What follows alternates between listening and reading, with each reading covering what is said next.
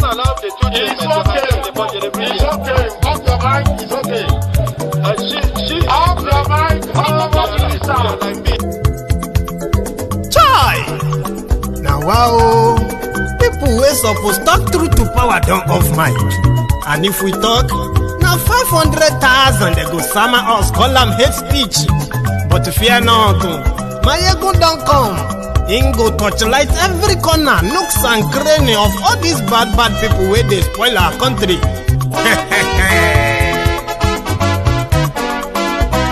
So my people make we laugh, oh, yo, yo. Maiyegun don't come, oh, yo, yo. My people make we shout, oh, yo, yo. Maiyegun don't come, oh, yo, yo. Maiyegun don't come, man of the masses, oh, yo, yo. Maiyegun don't come, oh, yo, yo. Maiyegun diary politico, oh, yo, yo. Maiyegun don't come, oh, yo, yo. This one not the off in mind, oh, yo, yo. Maiyegun don't come, oh, yo, yo. Can in the touchlight every corner, oh, yo, yo. Maiyegun don't come, oh, yo, yo. Okay, some people be they holla say they want the power. Chai, them be promise us say we go get light and power. Nah. Them hustle sote they can't get the power. But now they know they do anything with the power.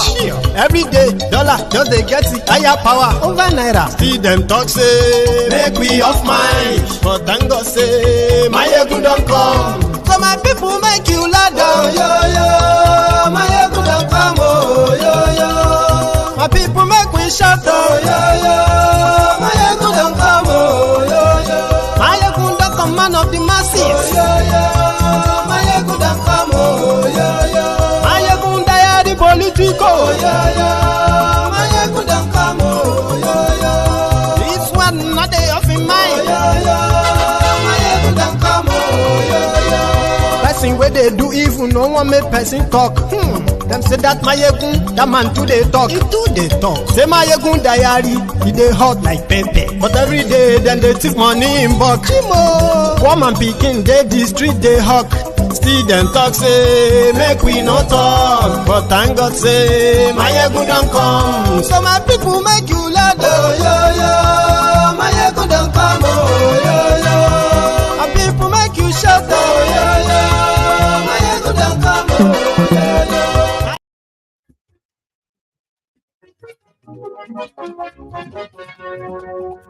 Hello there. Maiyegun làwa mọ̀, làmọ̀ tó lódodo.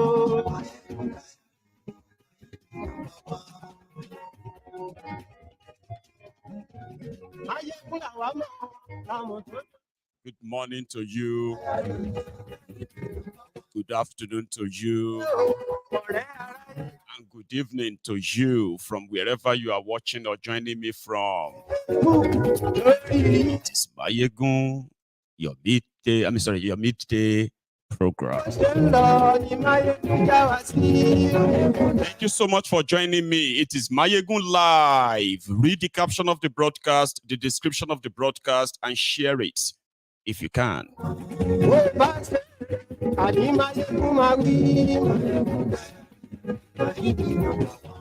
And of course, you know how we do it.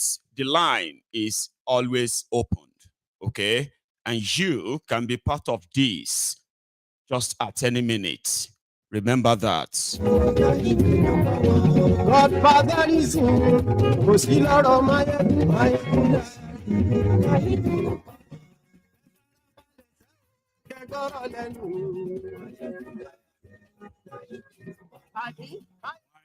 we were here talking about the Okwama people, as well as the people of Bayelsa that got killed by the Nigerian military, Nigerian army, precisely Nigerian army. The terrorists, they were busy having a field day in Niger State. Yes. I'm here tonight. Lórí Facebook.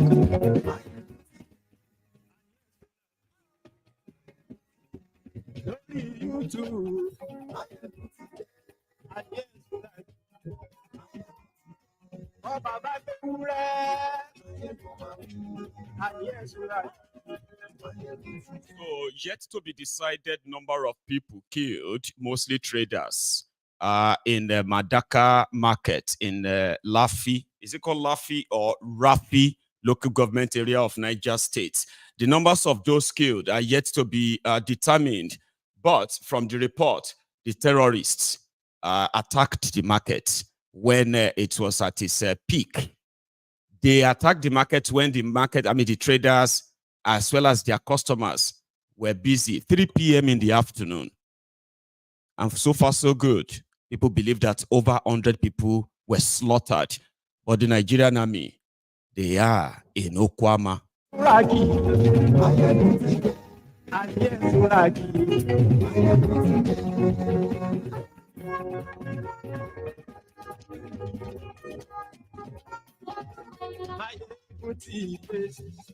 So yes, Motide. So good morning to you once again. Good afternoon to you, and then a good evening to you. I bet some of you are just starting your day, in some part of the world, while others are already wrapping up their day. Others are still in the midday, like us here in the UK, where we are pretty much like just a little bit over the midday. So thank you so much for joining me. And if you have read the caption of the broadcast, the description as instructed or advised, then we can start. In the last 48 hours, the Nigerian army, they have been carrying out illegal extrajudicial killings, something we can call a systemic massacre. And the story behind, and this is because of the slain 16 soldiers at Okwama. Tinubu initially said they must. They gave the military the authority, the full authority. That's what the circular said. Said, I give the military the full authority to do whatever they can and whatever they want in fishing out the killers of those soldiers. And in the process, the Nigerian army seemed to be more interested in a way of killing civilians than going after real criminals, the terrorists. So while they are they are trying to sort of press it on the rest of the country of the tragedy it is for Nigerian soldiers to be slaughtered by the Niger Delta youth, according to them, right? The rest of the country can possibly be unknown. Not that they were able to really keep anything safe in the first place, but it seems that the whole of their energy is now diverted, not looking for the killers of those soldiers, but probably silencing those who are the witnesses to what really happened. And as they are passing every community, they are leaving trail of blood. I have a video on Maiyegun's Diary political Facebook. If you go there right now, where the Nigerian soldiers, Nigerian military, attacked the community in Bayelsa. They attacked that community through their waters. At the jetty, they arrived with, they arrived in 7 gunboats and soldiers. And immediately they came down from that. They started shooting. The video is on Maiyegun's Diary political Facebook. I can't really put it on there. Sure you get. But if you want to check, go on now and see. That is what Nigeria, if all of you have been wondering, what do you mean by Nigerian soldiers are just killing civilians? At least they are looking for terrorists. What do you want them to do? I want you to go and see that video. The Nigerian military arrived at a jetty, and they opened fire at everybody they met there. Everyone. And these guys came out, by the way, and said, unknown number of people have been killed.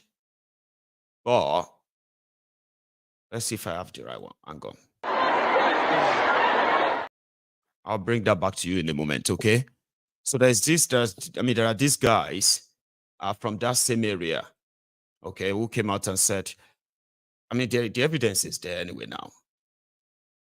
But right there in Niger State, where their governor, came out. Listen to this. So, their governor said that Niger State is the biggest, or should we say, use largest concentration of Fulanis, especially the Fulani terrorists. And according to him, if the Nigerian government or Nigerian military should come after them after shooting down the military jet and slaughtering 38 Nigerian soldiers. I know some of you probably don't remember that anymore, but of course, a lot of us do remember. 38 soldiers, including Air Force men, were killed and slaughtered, and a military jet. Do you think they use their sonda, their staff, that stick they are working with, right? Are using on their cows? Is that what they use to shoot down a military jet? Yeah? So their governor came out and said he has appealed to Tinubu not to send the military to look for those who slaughtered 38 Nigerian soldiers just like that, because Niger State is very crucial and they will have to use negotiation in resolving this. And of course, there was no any action from the Nigerian military as it was pleaded. Now, the terrorists have a safe haven from Niger State. Of course, it's not only food that Niger State has to offer or export to the rest of Nigeria. They are also exporting terrorism and terrorists to the rest of Nigeria, but not without them suffering the casualty too. In the face of protecting terrorists, making them comfortable, they struck at a popular market in Rafi local government area, the popular market called the Madaka market. And the number of people slain or killed right now is yet to be ascertained. And it seems like everybody probably just pretend to be hearing it for the first time, or maybe second time, or it's like you are hearing it too much. It's like, you know, they are dead, let's move on, kind of. You see those ones they killed today, and those they are still going to, I mean, those ones they killed yesterday, and those they are still going to kill today, and those that will die tomorrow. They are all victims of a failed system that some of you probably feels like it's a problem that will probably go away on its own, or maybe you pray your way out of it. A system that allows terrorists who are killing for no just reason, and the political criminals from that part continue to do their best to shield them.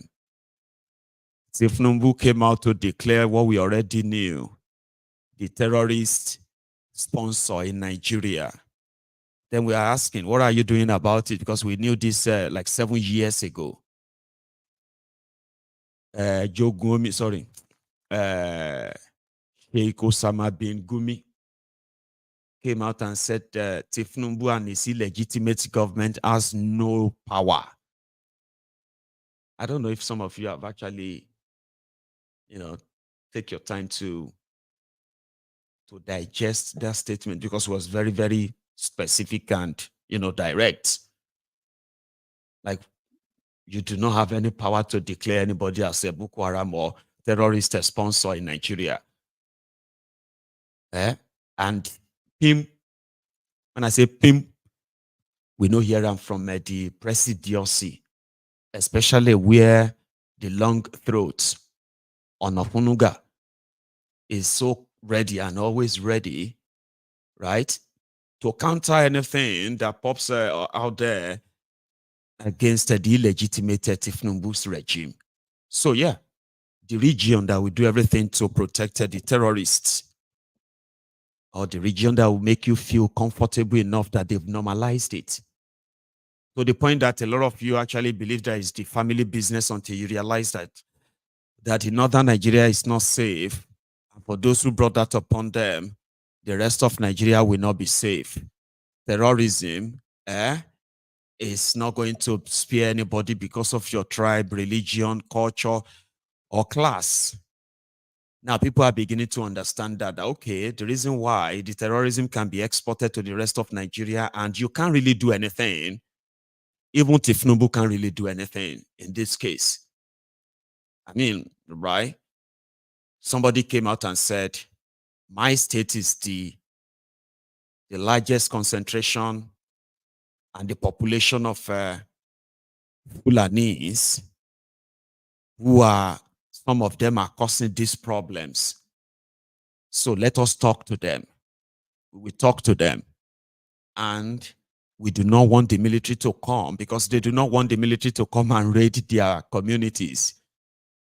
When military or soldiers are killed, they do not want the treatment whereby the people of such community where Nigerian soldiers are killed, they will be held responsible for the death of those soldiers. That is a rule for the South.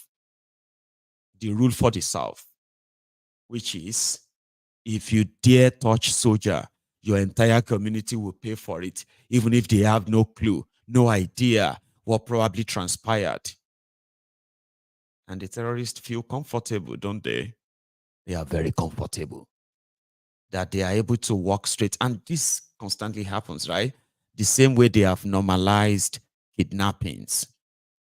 Here you get, they have kidnapped 200 people. These people, man, this country. Now God go save them. Do you have a code anythings? Somebody will date here, or we say like, oh, they have just killed about 150 people in Sokoto, this and that. Say, this country, this country. Sorry, is your 33 code? You say, yeah, it's code. Do you have Asun? All right, give me 133 and Asun. Now only God go save this country, because I'm so worried. Where are we going in this country? These are the people who pretty much don't really, because they've normalized it. It's like, Maiyegun, what do you want us to do? That is the silliest question, the most of it that people ask me all the time. And it is pretty much like, well, what do you want? What do you want us to do? Until when it happens to somebody closer to them, and then you begin to hear, we need to break up this country. This is a useless country. This country is... That is when it happens to them. Suddenly they will have the solution. We need to break up this useless country. What kind of a country is this? What kind of a country is it? Okay, now let's do it. Let's break it. I know. I'm just joking. I don't know how to break it. Come on, man. So the point I'm trying to make here is that we can all pretend and normalize it and pretend that it is not really happening until it happens to, or it happens in our communities. We can, in fact, even wish that the compromised military in Nigeria, now their job is to detect crime and stop it. And everybody is given their own role accordingly. Now, Nigerian military, Nigerian military, Nigerian custom, Nigeria defense, Nigeria police, Nigeria DSS, Nigeria NIA, Nigeria DIA, Nigeria NSCDC, Nigeria waiting again, vigilante, Nigeria JTF. Like all this, they all have one single job of keeping us safe. Unfortunately, they have kept us more unsafe. Me, I keep praising it here, okay, that the criminals in charge of Nigeria is an entire system, an establishment. And when you talk about establishment, it is beyond just government. It involves all kinds of characters, groups, and all of that. And somehow, the system wired it in a way that they can function in a dysfunctional system. Let me give you an example.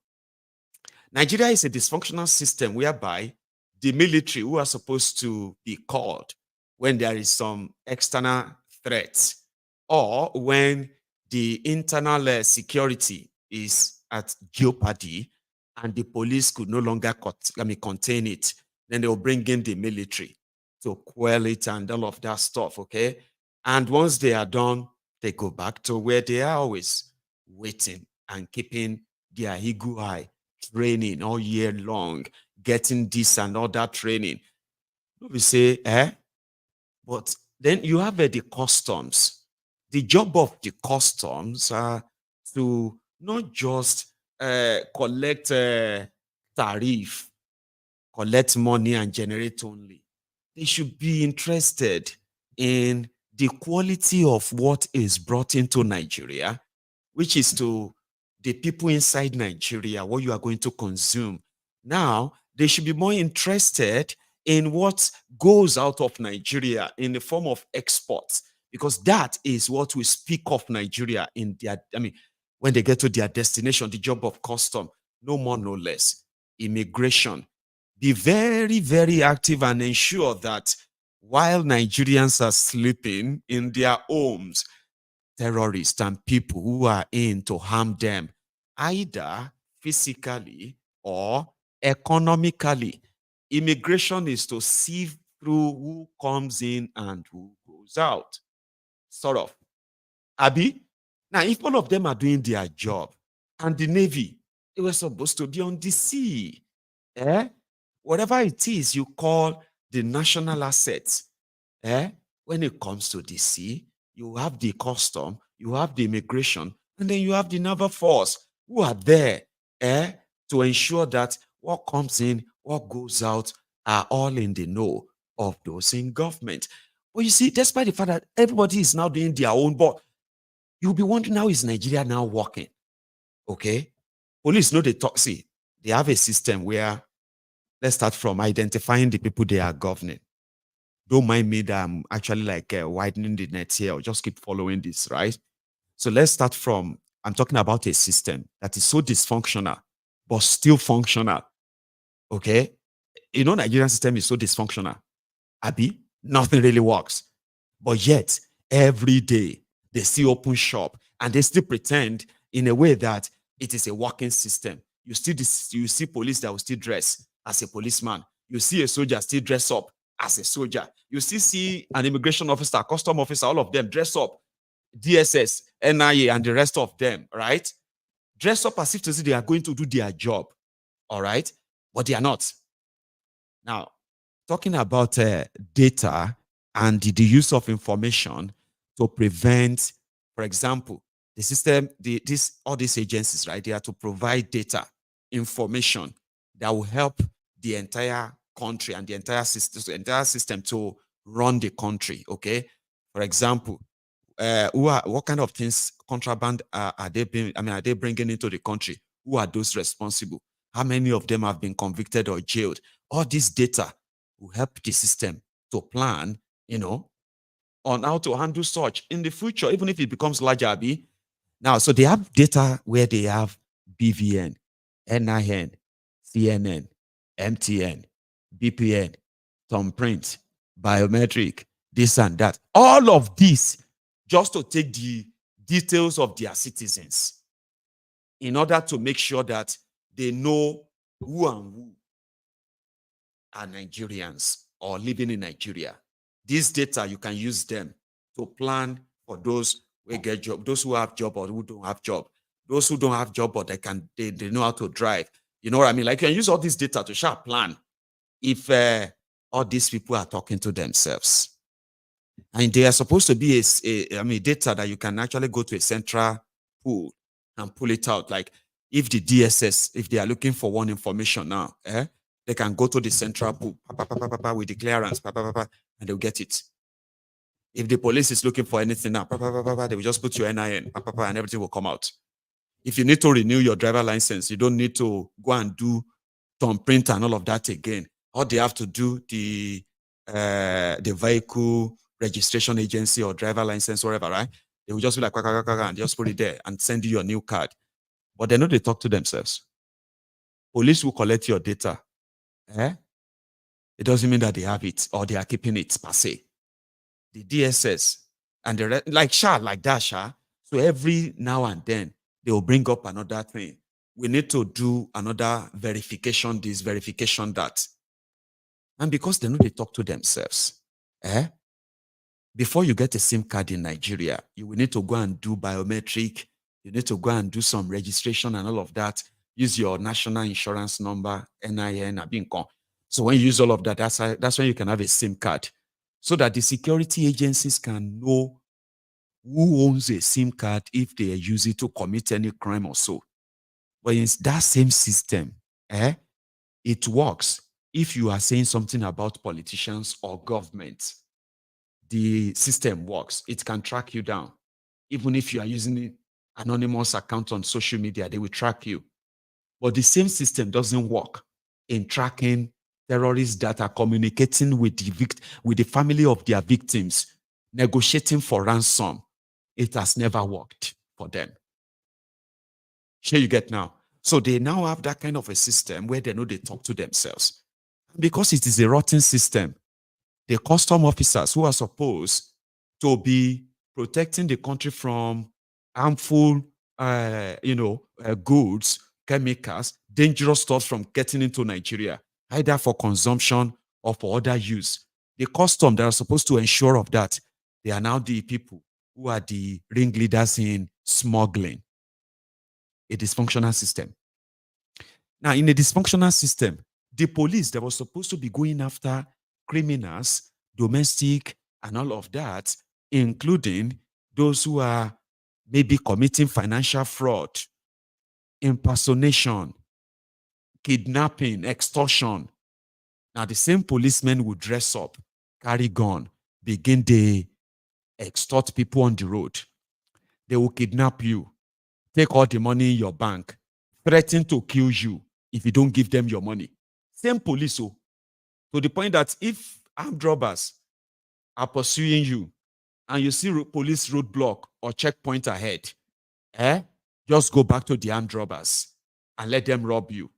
Because you know something, the police, if you run to the police, they will rob you.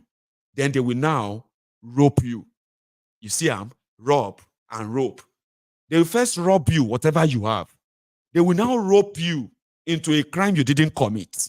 They will tell you to write statements.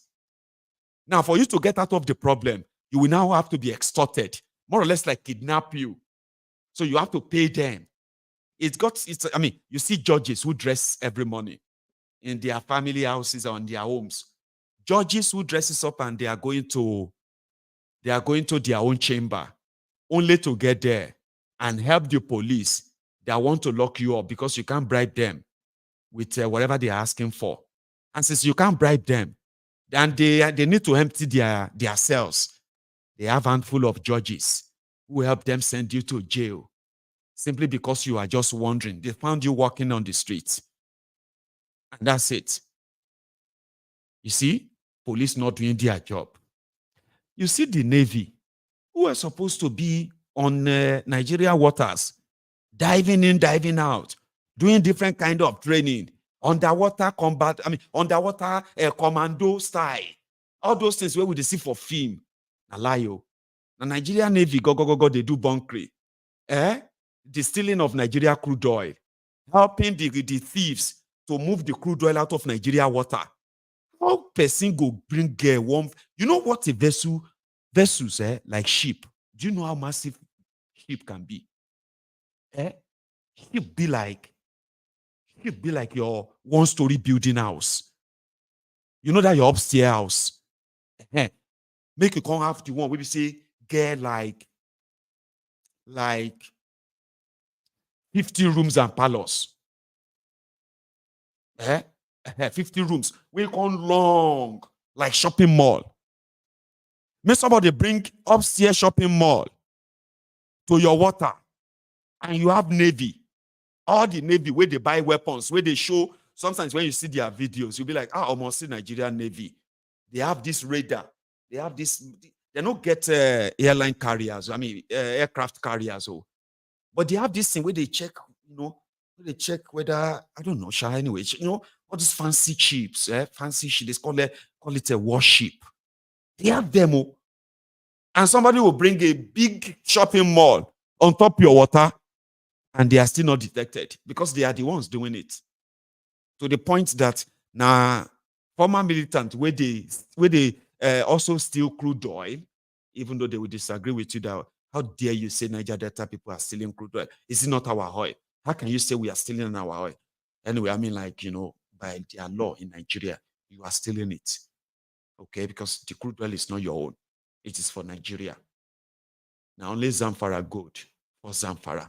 Maybe if you have gold, Bayelsa, Niger Delta, if you get gold, maybe that one are your own.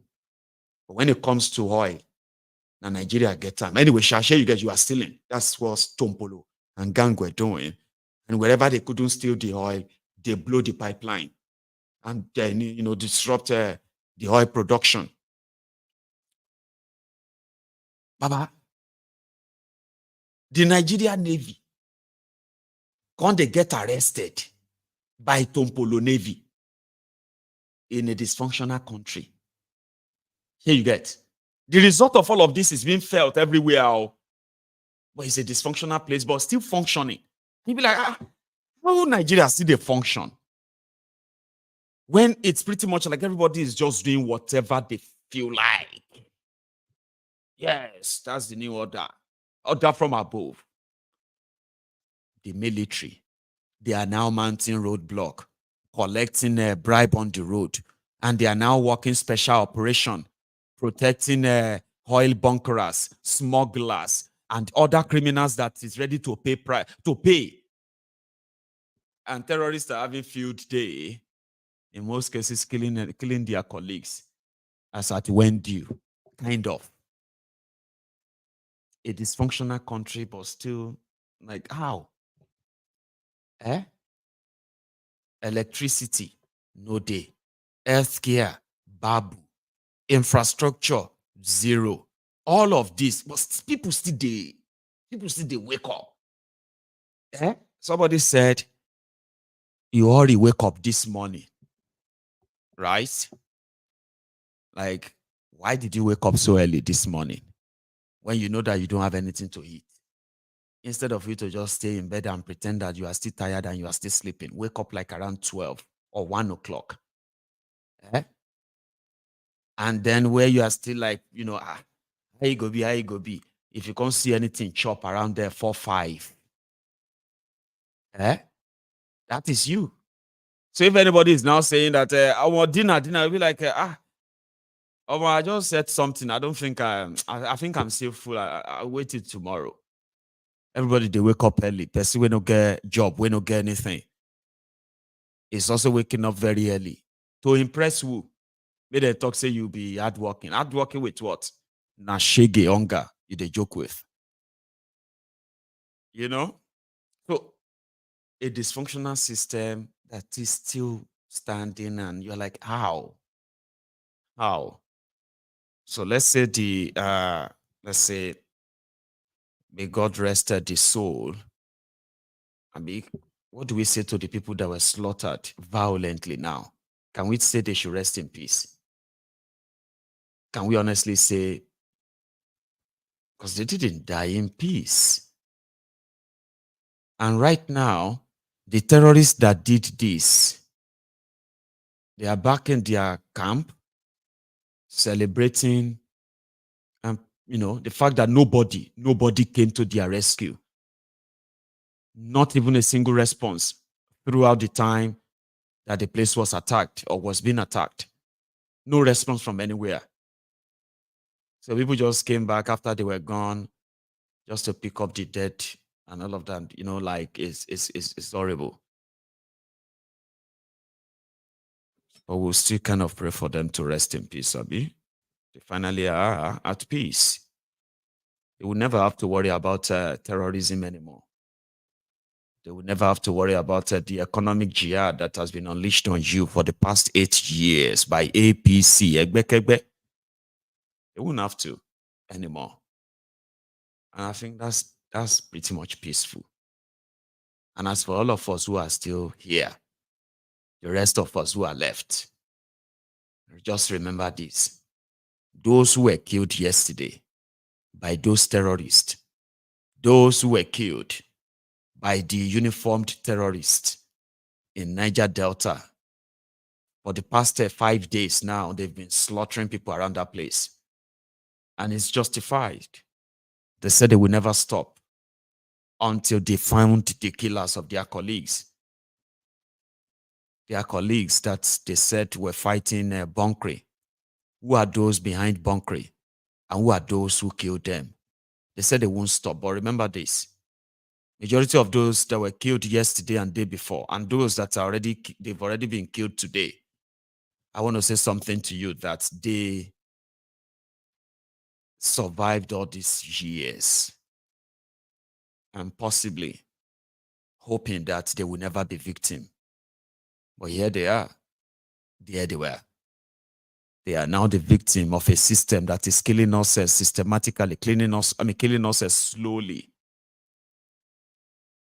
And that they are doing it legitimately using the power of their guns, or doing it otherwise through the terrorists that could walk into a space and murder, massacre hundreds of people, and then walk away. No chase, no nothing. And somebody's going to turn around and say, we just need to talk to them because they are misguided. Our misguided brothers.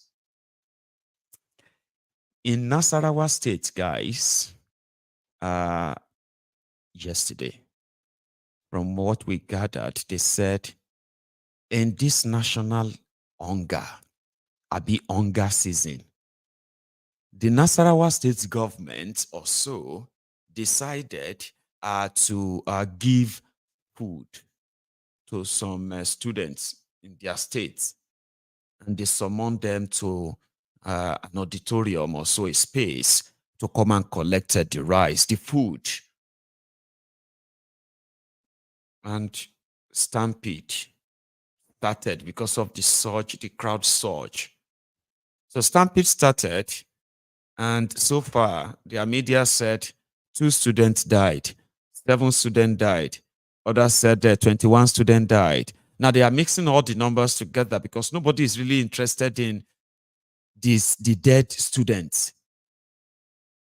Because to them, we are just statistics. Look at what I just told you about what happened in Niger State right now, right? I gave you unspecified number. That's what the media said. Unspecified number of people have been killed. Unspecified numbers of traders have been killed. But these are human beings. The media is not really interested in their names. They won't be. No, they won't. Because they are just statistics. They are just number. We are just number. So these rogues. And I don't want to be a number. Take a look at what happened in Nassarawa and how unknown number of students met their death.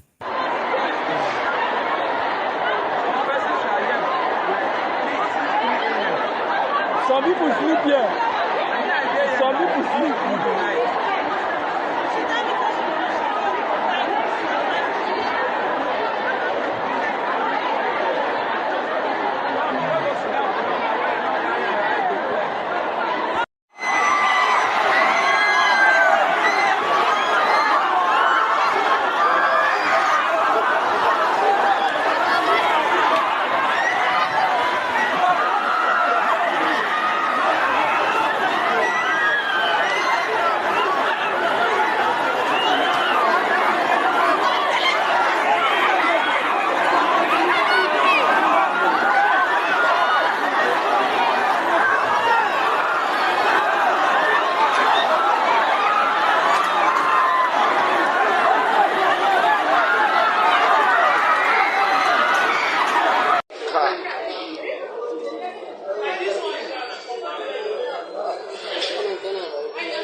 Don't die. Don't die.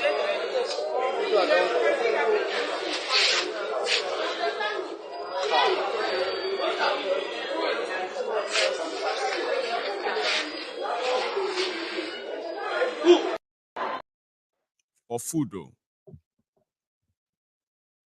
I mean,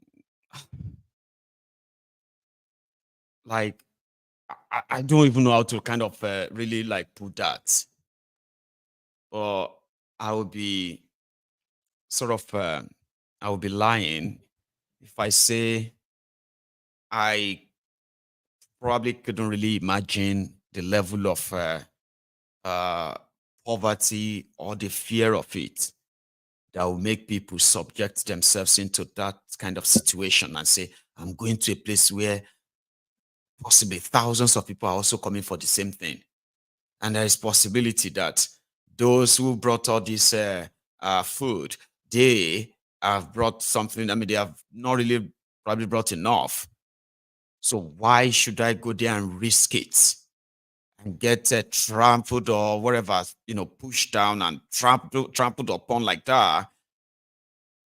Like, I don't know, maybe because I sort of always think so much before I do things sometimes. Because I always feel like once I do it and whatever happens, right, the consequences is mine. And yeah, the consequences are mine. And I would rather not blame anybody when I do something. So I would rather make sure that I consider what the consequences will be before I kind of make such move. But seriously, students died because they wanted to go and fight for 5 kg bag of rice or 10 kg bag of rice because they are not actually giving them the biggest bag, the 50 kg per se. So what should we say to them too? Nigeria happened to them. Yeah, they were alive yesterday morning. They were alive 2 days ago. They had dreams. They had aspiration. They have things like yourself too, like you do right now. As you have your dreams and you have all of that in your head, despite all the hardship, despite all of the whole wahala everywhere, you still wake up every day to kind of believe in your dream of what you want to do. Here you get. You have that dream. Nigeria is stealing your dream, and that is not enough. Nigeria is actually killing them by killing you. And it can happen anytime. That's the unfortunate thing. Yeah? The system is rigged against you so bad that even at that, a lot of you are putting in so much effort, so much this just to kind of remain, to keep your head above water. Then you have dreams. Oh, I'm going to do this, I'm going to do that. And if not because of this country, I wanted to achieve. You have dreams. Those people had dreams too. They were students. They were students. They had dreams. Now that is never going to happen because Nigeria has happened to them. It has knocked life out of them, and that's it. That's why people say, the place you will meet the what do you call it, the world unknown geniuses, the world best gynecologist, the best engineer, the best scientist, the best researcher in this or that, the best musician, the best vocalist, the best investigator, the best in everything that the world would have seen. You will see them in graveyards. These are beautiful ideas that were in incubation or in their own incubators, right? And the dreamer never lived to fulfill those dreams because something happened. They got killed, and that's it. And you never find out. When you kill a child, you have killed a generation. You know that. That's what they say. Oh. And that's why they say in everything, when adults are throwing their tantrums in their failure in this or that, protect the children. Because once you kill a child, you have killed a generation. Now, when you kill a child that is grown up, trained child, that is now in college or university, and something happens that they are violently killed, you lost more than a generation. You have lost, you've lost more than just a generation or so. You've lost more. And that's exactly what Nigeria is. Nigeria kill a youth, do everything to tame them, and then, continue to sort of bury them. Or you see all these young people, despite all of these roadblocks placed on your path, Despite all of this they placed on our path. A lot of these young people are still creating the way out of it enough just to keep themselves up, just above water. But the system is not done with any of you. It's not done with any of us. And that's why we say, yesterday's survivors, they are the today's victims. All of us will go survive today now. Maybe all of us go survive tomorrow. People die all over the world. Naturally, people die for natural reasons, natural causes. But when your life is taken away in a rotten system where those who actually supervises the taking of your life in an unnatural way, nobody is held responsible. No, that's tough. If you ask me, now that these children, these school children, students, put it that way, are, they are dead. So we will never know what they have to offer. To offer the world. What they have to offer Nigeria. If Nigeria was a country, just imagine the amount of people that have been slaughtered violently. And those that were slaughtered grievously too. Because there are so many people who died that shouldn't die. They died because they couldn't afford ordinary medical, medical care. And when you ask how much is the care, there are many of them that are dying because of just $10, £20. There are many of them that could still be alive today, just if they could probably pay $10 worth of medical care, $20, $100 medical care. If they could pay that, their loved ones could still be alive today.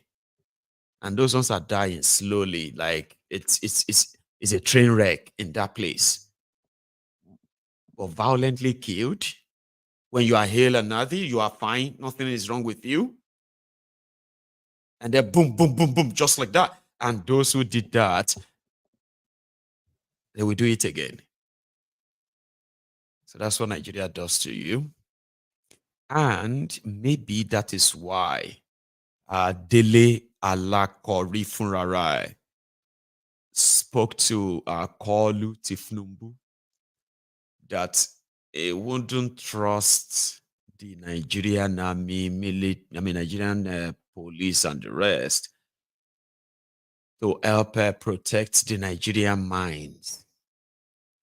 So now they have now launched what they call the mine marshals. You saw that image yesterday, right? Right. So Dele Alake has been given the authority, in fact, he's been granted that, to put together an army that will be loyal to him. Okay? And as much as he is loyal to Tinubu, so these guys, they were drawn from the NSCDC a few places, and their job is to be on hand. 2,200 of them. They were to be on hand to provide security for mine sites. So what that means is that the Ministry of Mineral Resources in Nigeria now have their own army, and they are armed. Okay? And they will be called Mines Marshal. Yes. For those who are smart enough, for those who know the Don and his army of thieves, it simply means whatever happens in the exploration and exploitation of our mineral resources will remain in the diary of Dele Alake and Tinubu, because now they have their own army that reports directly to them. Yes. You might think it is a good thing. It is not. You know how Nigeria police and Nigerian army are mostly, and DSS are working as private security for your elite in Nigeria. Those ones they carry handbag for the wives of politicians, or the ones that will come down from the bulletproof vehicle of your pastors, wearing black and covering their heads and all of that. These were supposed to be the Nigerian security agents. They were supposed to be working and protecting you. You are not even supposed to see them. But they have left that job for protecting the VIPs. There are some of them who protect the expatriates, Chinese, Americans, Britons, Russian. No, I don't know if Russians are there. Maybe. You shall know what I'm saying, right? This is also a private army for everybody that receives the stamp authority of Tinubu to come to your community and begin the drill, whatever mineral they found there. And you know something?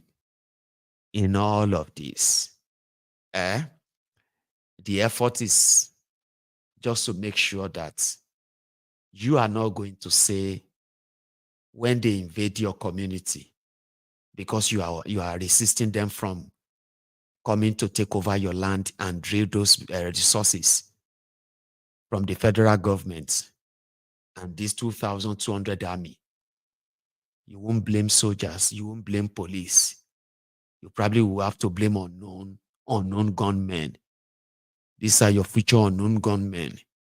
These guys are to provide private security for those who are coming to mine the resources in Nigeria, with the pretense that it is to help Nigeria to make more money from natural mineral resources. Here you get like government, you know they are the government. Nigeria's promised state police. APC, Egbekegbe promised state police. Tinubu started talking about state police weeks ago. Now they are not really talking about that.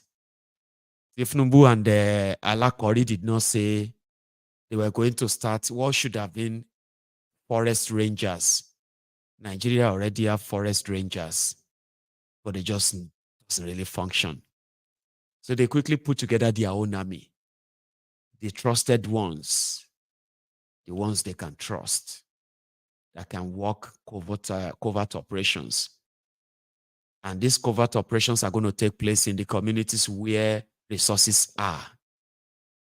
So if you dare in your community say the drilling is shaking your properties, they are drilling and all of that, and explosion is vibrating your houses, your farms are being destroyed because they want to extract something from the ground. These are the people that will tell you, back off. Back off now before we open fire on you. This area is now federal government area from the office of Dele Alake. And for those who probably, like I said, who are smart enough, you can tell that wahala go dey. It is just a matter of time. Share you get now. And according to Dele Alake, they plan on increasing the number to, for currently 2,200.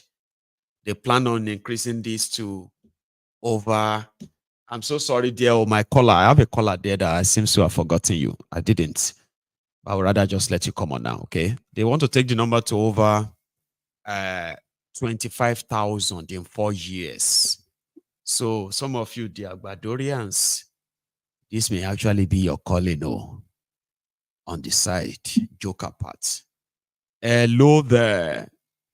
Hey, Maiyegun Alfa. I am very well, Lord. Do you know that when I took the call, I was going to just finish what I was saying, but it took me another 5 minutes. It's okay. I actually wanted you to finish. You are so patient, Baba. I wanted you to finish. I like what you're saying. It's good for you to finish what you're saying. Sure, you get. Thank you. Please. I have not called for a while because this is AY from London. AY. How are you doing, Baba? It was me that brought my daughter to Tinubu Woto. Remember? I remember, Baba. All right. Okay. Good. Nice one. Okay. Go on, Baba. Okay. It's very difficult to call in the night because everybody from the whole world is trying to reach and trying to put their own input. But it's sometimes this afternoon call is good. I know it's not so busy now. Let us. I really need to talk to you personally. So I've been trying to call you on your. I don't have another number or email. Okay. But after this call, please keep my number. Let us talk. I will. That's number one. Number two. Maiyegun, it is about time we face the reality. Look, we are wasting our resources and our time. We are faffing around. We're just ignorant people. We should stop being ignorant and let's put our words into action. You see, people respect people that hold on to their word. Me, I am a man of my word. I can face anybody. I'm not afraid of anybody. I am trained to the level I am now. I am trained to the level where I'm capable of holding a conversation with anybody, including Prime Minister of this country. I will hold a conversation. I will challenge him objectively. But I will never tell him I'm a Nigerian, because once you say you're a Nigerian, that is it. I am one person that I do not, and I am not proud to be a Nigerian. I don't tell people anywhere I'm Nigerian. As a matter of fact, I tell them I'm from Ghana or from Sierra Leone or wherever. I am not a Nigerian, but I'm an African. Yeah. But when it now comes to the rudiment of things like what we're facing now, Baba, it's time we stop talking. It's time we do the work. Now, this is where we start from. A sensible and civilized country will have accountability. One thing we lack in Nigeria is accountability. That's what has killed us to where we are. Now, people die every day in America, die every day in England.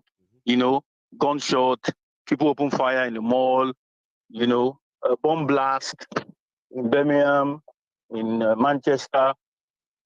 People die, right? Serial killers kill people, kill them in the forest, they find their bodies. One thing that makes a country like this sane is that there's accountability for every human being. So there is a data that is putting together. They have their system. Unfortunately, we don't have that system. Maiyegun, you can be that system.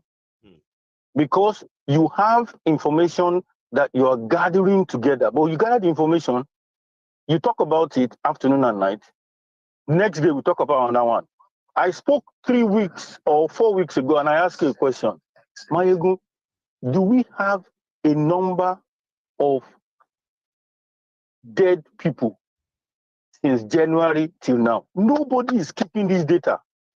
Do we have the exact number of people that died from Boko Haram in Buhari's time, from the minute Buhari entered to the day Buhari left? So we can paste it in the world. Let the whole world know what these people are doing. They just know that people are dying. Okay, people are dying in Ogoloma. How many people have died? If we don't have their pictures, all those people talking about them, all those small people go on media, we can send them email.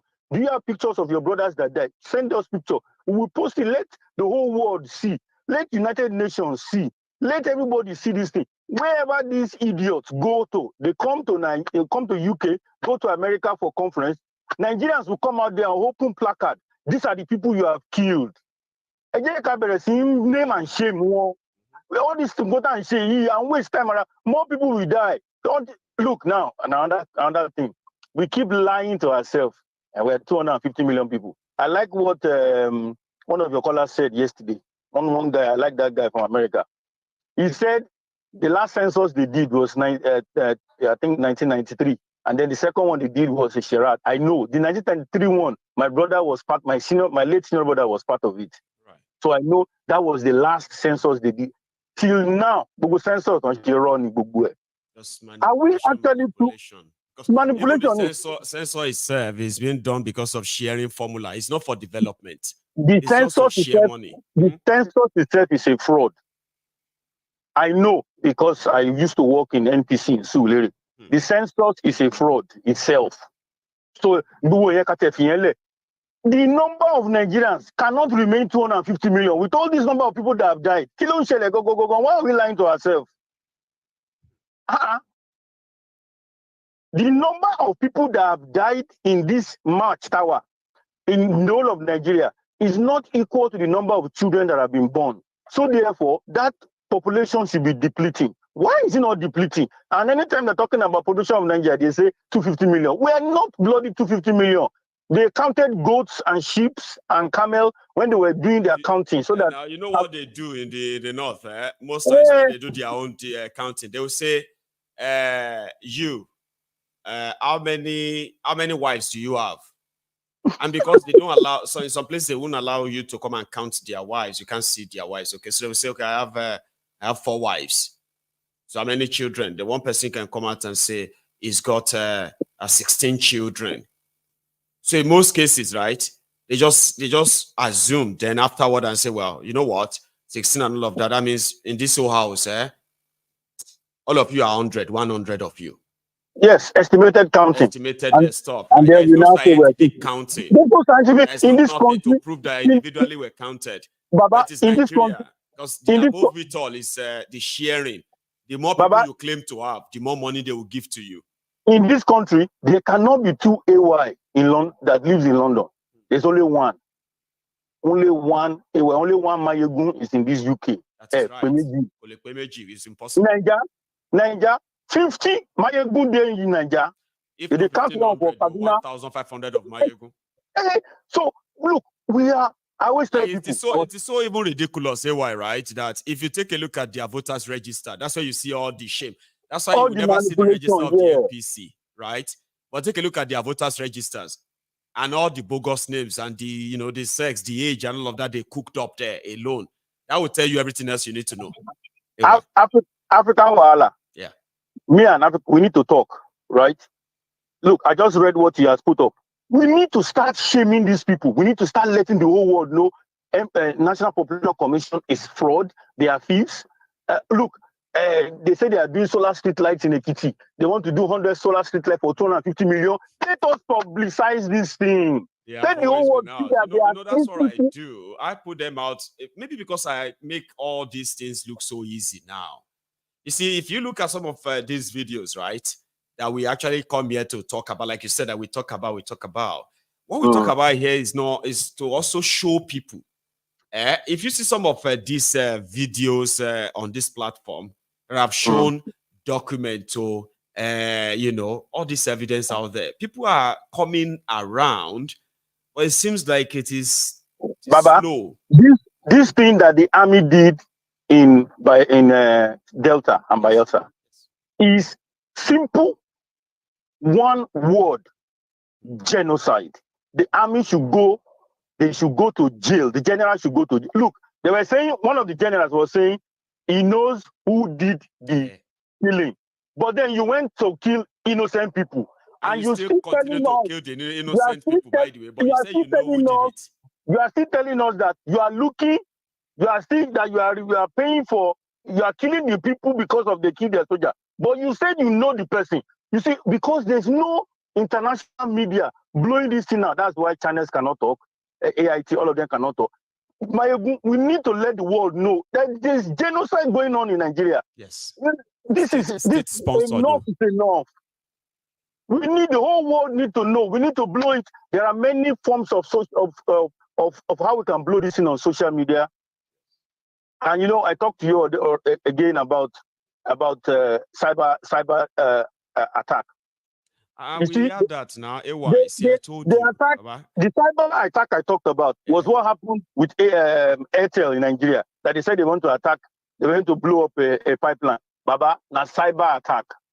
The cyber attack happened to UK just last week as well. Many organizations got attacked in the UK. Look, this thing is big. If we want to shut down this country, we know what to do. Let's do this thing quick. Let the whole world know that the people behind these things are criminals. They are criminals, and they are getting away. They are getting away.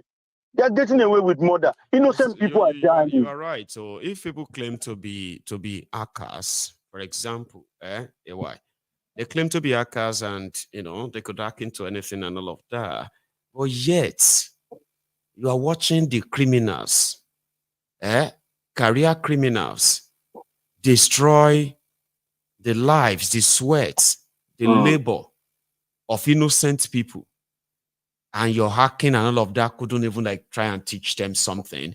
Baba, because after when we meet in Scotland, when we all meet in Scotland, that's when we need to start having some conversations. But in the meantime, let us start this conversation and let's move this to the next level. You are the only media organization that is saying the truth the way it is. Look, when there was war in Iraq and Afghanistan, when there was war in Libya, there were other media streams that were telling the world the alternative version to CNN and BBC. And that's why till today, there's still inquiry going on in England about what happened in Afghanistan. There's still inquiry going on. They're still investigating what happened in that country. Yeah, we need to meet in August. So there is a Yoruba Union conference or convention or summit, whatever we'll give to it, okay? So we expect that we should come up with something by the end of this month, which is pretty much like just a week away. So we should come up with something, a prototype of what we intend to do, and we have to put the cost out there too. So we will work something out. It is time for people to actually really meet physically and discuss these things physically. Yeah. You know what I mean? And before then, it is time the whole world begin to realize that there is genocide going on in Nigeria. Nigeria is the most populous African country in the world. There is genocide going on in Nigeria. We need the world to know. Everybody is keeping quiet about this. We should not keep quiet. People are dying in Nigeria under the auspices and the eye of the Nigerian government, specifically directed by Nigerian President Tinubu and his boys. Look at this idiot that is this one that is gathering. Our rights are local to fish mine and steel. Mine marshals. Dele Alake. How can you give civilians weapons? But can we ask them, where did they get the weapon they gave these people? Who authorized the weapon? Where did they buy it from? I used to be in the army. You don't just carry weapon anyhow. Who trained them? And they are carrying weapon. You a civilian wearing agbada, wearing native. They are saluting you. Are you an officer? They do salute for you. Oga, what's going on? People should start talking that this is wrong. We can't continue to keep quiet. Let the real people start. Let's stop all these things. We're playing around danger. Because whether we like it or not, when the big boom happens, we will not be talking when we're talking like this anymore. We'll be counting dead people. That is what one true emperor. Is that true emperor that said it yesterday that he believes that there should be a big bang theory, or somebody said it anyway. So, Baba, thank you so much, AY. No problem.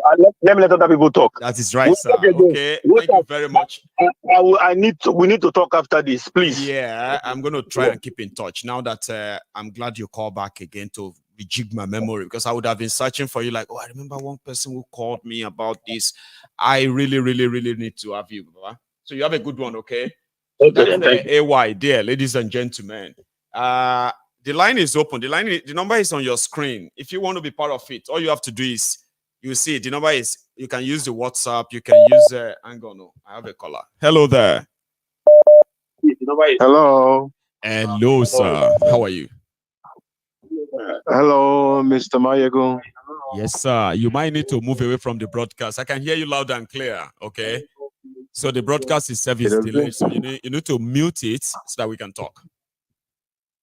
Let me say this to you, Mr. Maiyegun. I'm good. You've not heard from me before. You don't know me. And I cannot actually disclose my name to you. That's fine by me. For some reasons. I have always been trying to follow your program for the past 3 months now. Oh. And I have tried mostly in the night, as from 23 o'clock Switzerland time, to get in touch with you. But your line is always busy. I know, especially at night. I want to say congratulations to you. Thank you. But you're talking to someone that, how will I say this to you? I would love to invite you. You have to sit down with some people. Let me just put it like that. I am not someone that wants to call you to talk about the country. Because there is nothing to talk about. Many of your callers, they talk, they discuss, they talk about the problem. I used to say it's a typical Nigerian. Actually, you're talking to the people that moved the motion during the Babangida Moscow regime from the University of Benin, Ubawa. Right. And during that period of time, the caucus are still around, but we are spread all over the world. We are no longer young, but we have made it for ourselves. Let me make it like that. And the Nigerian process is a process that we think that sometimes, there is a parable that you said, the food where you cook, you must eat it and enjoy it. We have watched the situation. We have monitored this for almost 5 years now. And we see the reoccurrence that is going on the ground in the Nigerian mafia. You call it I love that word, Nigeria. You call it Nigeria mafia zone. But the Nigeria mafia zone is just a typical black man trying as much as possible to panic the unharmed humans in Nigeria. Whether you have the military or you have the civilian, it is a complete bunch of nonsense. Specifically, I am from Delta State. Bless you. It was called Bandits State when we were leaving the country. I left Nigeria during that 88, 89. Wow. Immediately after that period of time, we dispersed ourselves. We did not go through flight for some reasons, for your information. I mean, you are talking to guys. I could recall what it was like back then anyway. So yeah. You understand what I'm trying to say? But yeah, it's nostalgic. But there is something we have to do. Before we say goodbye from this world that we are living, yes, Nigeria must, there is no Nigeria right from time. That is why I like your program. I like the way you describe Nigeria. Do you understand me, Mr. Maiyegun? Loud and clear. I love the way you describe Nigeria, but I just want you to know that you are the one talking, but there are things going on the ground. But we love it so. We love it so. There is some things that is going to happen. Some people are saying, when is the trumpet going to blow? It has already been blown. Your callers, they are calling and they're saying, what are we going to do? What are we going to do something? There's going to be an invasion. Absolutely, it's going to be there. But there's something is this. There is no way we are going to avoid the casualties. There is no way that can be avoided. No. And the problem now is this. We want to invite you for some reasons. You are not going to meet the people or know their names until you come on ground. I'm not even going to tell you where the meeting is going to be on. Right. But there is a 3 platform. There is Hungary, Budapest. There is Finland and Helsinki. There is Basel, Switzerland. And there is a major place in Germany I'm not going to disclose to you. Right. Because what is going on in Nigeria, we all know it is a fraud. You and I know this. It is a fraud. Absolutely. Nigerians have been brought up to that extent that they cannot be able to defend themselves. Don't use, I'm a psychiatrist. Don't use the word like they are not tired enough. They cannot be, there is no stimulant from the Niger Delta. In those days, we remember when Brigadier General Maiyegun wanted to land Ekpoma. We call it Bandits State University and Brusale University Ekpoma then. Right. The student from Bensu had a grenade in his hand. If he land his chopper, we bomb the chopper. Wow. I mean, it was on ground. His General Brigadier Husseini was the former military governor before you have Johnny Nyenga. Do you understand what I mean? Benin City is known, listen to me, Benin City is known to pioneer Nigeria forward, not Lagos, Benin City, the former capital of Bandits State. To be precise, from the University of Benin. There was the period of time that they have to import military men from Gongola. We saw them. From Gongola State down to Benin City. It was not the Anini saga. I'm not talking about the Anini saga. I'm talking about Babangida must go. I mean, it was Babangida must go. It was an era that I believe further radicalized so many students at the time to know that, listen, this to survive Nigeria is not going to be about how well educated you are or how well you did in your academic, but how much you are able to fight the oppression waiting for you out there. Like students were like, they were soldiers too. So I kind of remember that era. You know, if you are not strong enough, go on, sir. That era is not gone. That era is on the ground. Era where you know that you are dealing with people that could just shoot and kill you right away, but yes, you still went ahead. That is it. And still face them and that say, is it. now do it. Like that is like giving a military ultimatum. They will give soldiers. That is good. If you cross that line, there will be what? I remember those days. So you think those days can be back again? The days are not gone, Mr. Mario. And you, the old soldiers, you are not actually like a hanging boot for real. No. The old days are not gone, Mr. Mario. Wow. The old days are old men. Not really old men in their 50s, in their 60s at the moment. I mean, like soldiers, you know, they say once you are a soldier, you always be. And especially if you are the soldier of, you know, what they say, soldier of liberations to start with, right? You will never be comfortable around there. It will never. It must happen. It must happen. It must happen. And there will not be election in Nigeria 2027. That I can tell you. There is no election in Nigeria. Like they can't. Somebody. They wanted to make the strike. They wanted to make the strike. They wanted to make the strike. The strike wanted to happen on the May 29th. Right. But for some reasons, there was somebody that was trying as much as possible. There's somebody that's going to be injured, and if possible, killed. According to our investigation, and that will have been Peter Obi. And that was the reason why there was a moment of you never knew what happened in the Nigerian election. You don't have the clear pictures. I know. You never knew what happened there. There are some things that was about. There are some things that was on ground. But let's just make this call a little bit short to give other people to talk. Let them talk. You don't really have to really go too deeper. Let them talk. Something on here. Let them talk. I could easily make you even like, you know, release some certain things that you probably would not want to, because our conversation can become so hearty that it would just feel like it's just you and I talking, not live. Absolutely. You know what I mean? Like, absolutely. I understand you. I understand you. But what we want from you as well. So what we want from you is for you to come around. You will be sponsored, but you have to be invited.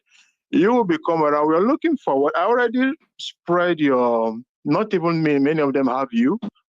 They already have yours. We appreciate your stuff. We love David Hunde. He did a good job. We love you. You are doing a good job. You are speaking enthusiastic people. But let me say one thing to the diasporas. Please. Being in diaspora, you are not only there just to say you want to go to school like I did, or study there like I did, or maybe you want to make money. And you know, it's not only about that. There is no amount of time you can say you leave Africa.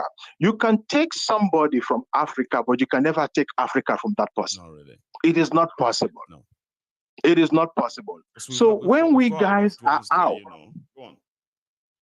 when we guys are out of that country, sometimes we talk, it's good. It's beautiful to express your feelings. That's why I love your program. They express their feelings. But mind you, you have a duty, just like me. You have a duty to that country. It is not Nigeria I'm speaking about, to where you come from. That's So right. whether you are from Ogun State, whether you are from Imo State, whether you are from Gongola, whether you are from Kano State, Sokoto State, Benue State, wherever you are all over the world, from Lagos, you have a duty to that state and the community where you came from, because they were the one that gave you that life. You breathed the air. The first breath. I went to free education under Buzali. I went there. I profited from Nigeria, my education. I am no longer a citizen there, but I profited from there. And that is the reason why I am investing a lot in this deal, in this deal. And we want to make it work. It is not talking. It's going to work. There's going to be an explosion, and it's not going to be guaranteed by the casualties, but there's going to be a liberation. Just like you said, every individual will come to the table at the end. How long it's going to take, we don't know. But there is going to be a process where every individuals will come to. These guys, they are going to run, but they cannot run anywhere because we already know where they are running to.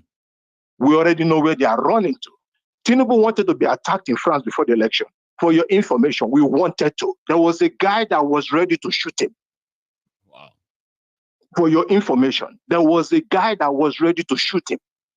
During the NSAS, we targeted them in Europe. We only dealt with your Senate speaker in Germany. We allowed him to go during the New Year festival. We dealt with him and we allowed him to go during the New Year festival. That was his luck. They wanted to lynch him up. Listen, Europe is not the undercover for you. Europe is not the undercover for you. That is what I'm telling you, it's not. Thank you so much. And it will never be an undercover for any of the Nigerian politicians. And Maiyegun, I'm going to save your number. We have to do our best to make sure that they cannot ruin Nigeria and then look for peace in Europe. There is no Nigeria. There is no Nigeria. There is no Nigeria. Nigeria doesn't exist. No. It's a community of people coming together. It doesn't exist. It has expired a long time ago. It has expired during the military regime. It has expired. We should stop talking about it. It is gone. There is no Nigeria. I'm telling you the truth. Thank you so much. Because the mind is made up. It has been said. Like I said, I'm going to call you with the Switzerland number. We will talk. Please, maybe after your call, I will call you, and the name will be kept private. No, thank you very much. I mean, enough said in that regard. You know what I mean. So we'll keep the rest in camera. God bless you so much. Thank you very much. Thank you very much, Mr. Maiyegun. You have a good one. Bless you. Thank you so much. So that's that's a good one. And sometimes I feel like we are in a world where we cannot in any way pretend that for good to defeat evil, that you won't have to learn the way how evil survives. Now, once you do, now evil can cancel evil, can't it? For good to thrive. So everybody will have to use whatever they have when the time is due, and it is. Hello there. Hello, Michael. Oh, hello, ma'am. Is that Charm? Yes, it's Charm. How are you this morning? Because I mean, 2 days ago I knew how it was, and your voice seems still like croaky or so. Yes, it's still but I'm on the mend though. I feel a lot better than it was 2 days ago. I'm fine. I'm fine. Please, Michael, regarding the last caller, I beg you. I've been reading the comments. People are like, Maiyegun, don't go, please, so don't. And all that. I know people Sorry. If you're going to go, we'll come and join you. Or they can do. We'll just go like a delegation. We'll go like a delegate, or we will. They should do Zoom. There's no problem. They can hide all their faces and stuff like that, right? Unless, of course, because a lot of people are very, like all of these interfaces that we use can be recorded, including Zoom and all of those things. So I can understand why they want you on ground because, obviously they don't, like I said, all of these interfaces can be recorded, They can be and things like that. And as well, and outside of even being compromised, those fine T's and C's that we never read, but we just sign. Right? It's actually honorable for some group of people to sort of consider me as somebody who is this or that, right? It's quite honorable. No, let me tell you. I'm not going anywhere.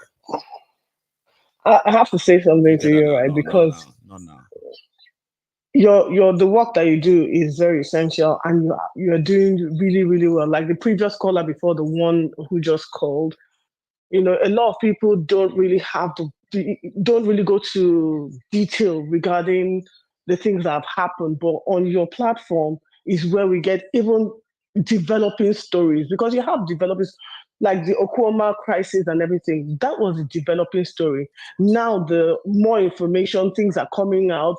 So it even starts to give your audience even if it's not a clear picture, but an idea of the things that are going on, of who the players are. You have initially the players were only Okoma community and Okolobia community and the soldiers. But now we have Tompolo and his men. Yes. And the generals and things like that. And then we have the element of oil bunkering. So we now know that it's not that whole piece. It's not a straightforward story of they walk into a place, peace meeting, and they ambush them. No, it wasn't all that anymore.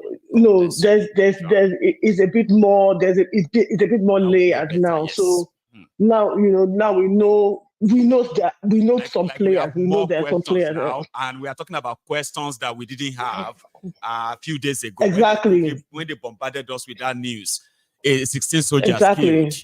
You're right. And they kept on running with that news, 16 soldiers, trying to get people, to look away, right? But unfortunately for them, and I think because of the advent of social media, the ones who were in the bush were putting their stories out there. And the more people started asking questions, we now heard about Tompolo, so we now know that there's more to the story than what has been shared out there. And it's a good thing. It's like you're like a dog with a bone. You're not letting go. You want to get more because it's good for, like you said, for history. Yes. For the records, we need to know exactly what happened in Tompolo. Sorry, in Okoma community. Right. Now, there are a couple of things that occurred to me even like past couple of days that I listened to the program was that. Sometimes, a lot of us call in and we say, oh, we know Nigeria is going to break. We know that the inevitable is going to happen. The inevitable is going to happen eventually, right? But sometimes you have to have pause. And when you hear this whole Tompolo element inside there, Buhari was paying him 4.2 billion every month, you said, right? Yes. To protect the pipelines and everything. The pipeline, the waterways. The pipeline, the waterways and things like that, so that we can have oil and whatever. So see, Cham, sorry to cut you there, okay, before you continue, right? Yeah. For our listeners, this is not just somebody that they say, oh yeah, take money, no. This guy has patrol ship versus that he uses to actually work like Navy. Do you understand? It's got patrol boats, speed boats that could chase and go after. It's got tools that they bought in the name of the government of Nigeria, but for Tompolo. I'm talking about high-grade security equipment that you could only find in the military or in the Navy. It was allowed to bring them in, and is currently running them in that Niger Delta as we speak. Or continue. Okay, so anyone who hears that will see what the problem can be in the event that a country like Nigeria explodes. it will be easy for the likes of Tompolo to annex that whole region and kill mercilessly whoever he will kill. Yeah. Because going forward, whoever will need to negotiate regarding the resources in the Niger Delta, they'll have to go through him. Yes, now. So that is a problem for any explosion that will happen in the country, because even the people in the community are too weak to fight for I won't even call them weak, but who knows, who wants to sign themselves for death, because that's it. You're signing yourself up to die. The state governor is not allowed to come to the area. So who are you? Can you imagine the state governor, who should be the chief commanding officer of his own state, is not even allowed to come there? Then who are you to come and fight them? And then you don't even have the weaponry to actually challenge these people. So I just want our audience to see the problem that we're going to have in the Niger Delta. This is not just, for the emancipation of Biafra land and things like that, because that is one element, but we're going to have major problems. And these are the things that I want us to start to talk about and how to address it. Do you understand? And talking about it is just to get us thinking about it too. Because if a lot of us are thinking about it, and we begin to understand the consequences of some of this or the end goal of some of this, and we know they are not palliative, they are like, oh my God, is that what will happen? Yes, that's what will happen. Then we should do everything. Yeah, exactly. Now, that's why we need to talk about it. That's why we need to talk about it. And the problems that we have with regards to Nigeria breaking up and not ending up like Venezuela or even was Haiti. Or South Sudan. Yeah, or South Sudan even, right? Because it's not going to be that, amicable split. People want to control the resources. People who have always, it's like, you're telling Tompolo to stop collecting 4.2 billion every month. Are you joking? He's already used to that lifestyle. And once he sees a crack, by the way, Tompolo may even declare Niger Delta Republic and wage war against Nigeria. And nobody is looking into that yet. And nobody, exactly, I know. Nobody, and he has been armed enough. Yes. Now, and this, I can tie this into what Remi Tinubu was saying yesterday regarding the people like you and me who live in the diaspora.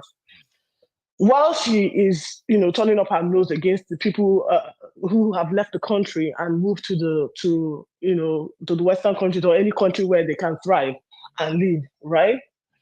What she fails to understand is that is an indictment on APC government, that you have continuously provided poor governance, right? Mm-hmm. To the point that you are not able to provide a means of livelihood for your own people, such that they have taken that alternative to go and do even menial jobs and progress in those menial jobs and provide a life for themselves, for their children, for their generations to come, because you failed.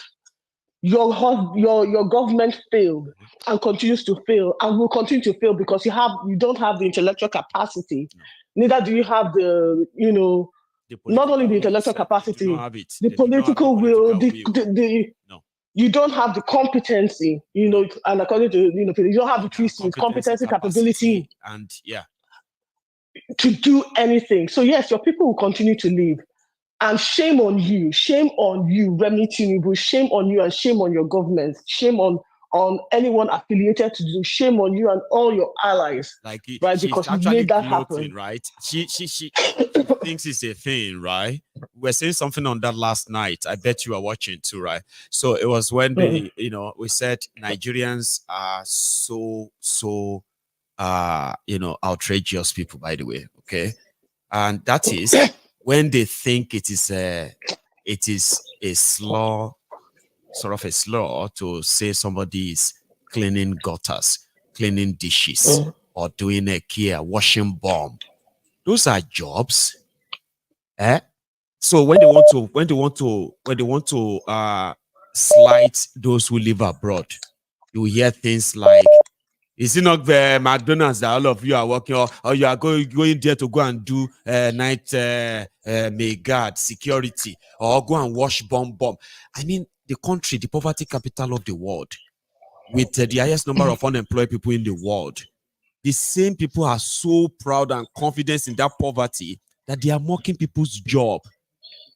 Baba. Well, I always say that there's always multiple sides to a coin, right? The way you look at somebody and abuse the person, or look at the person because they are doing a menial job, but you see that menial job is able to do something that you're not able to do. That even if you're not working in a menial capacity in Nigeria, you're still not able to do it. But they come here, they're able to do that menial job and build upon that menial job. Yes. A lot of Nigerians don't end up doing the menial job. They move and they progress. They move, they progress. They have a plan. Some people do exceedingly well. Just like I think it was one true emperor that was talking when he talked about his trajectory from when he started in the country and then where he is at the moment, right? Right. Those countries can provide that for people like us. Your country can't do that. You people can't do that. You don't have the competence, the capability, or the capacity to do that. And you have the audacity to stay where you are and make a mockery of them. Yeah. Anyway. And then she talked about the poor, right? And a lot of people are stupid. And let me just say, put it point blank, a lot of people are not very smart when it comes to even studying their Bible. Did the Bible tell you that poverty is only one-dimensional? That poverty is only where you don't have money. Poverty is multidimensional. You can have all the money in the world, but you are morally bankrupt. You are poor. Yes. You can have all the money in the world and still lack charity. You are poor. You can have all the money in the world and still be, a greedy, selfish human being. You are poor. So poverty is not about not having money. Poverty can be about anything, including not having money. Now, the problem that we have in Nigeria is that the so-called wealthy are morally bankrupt and they are poor.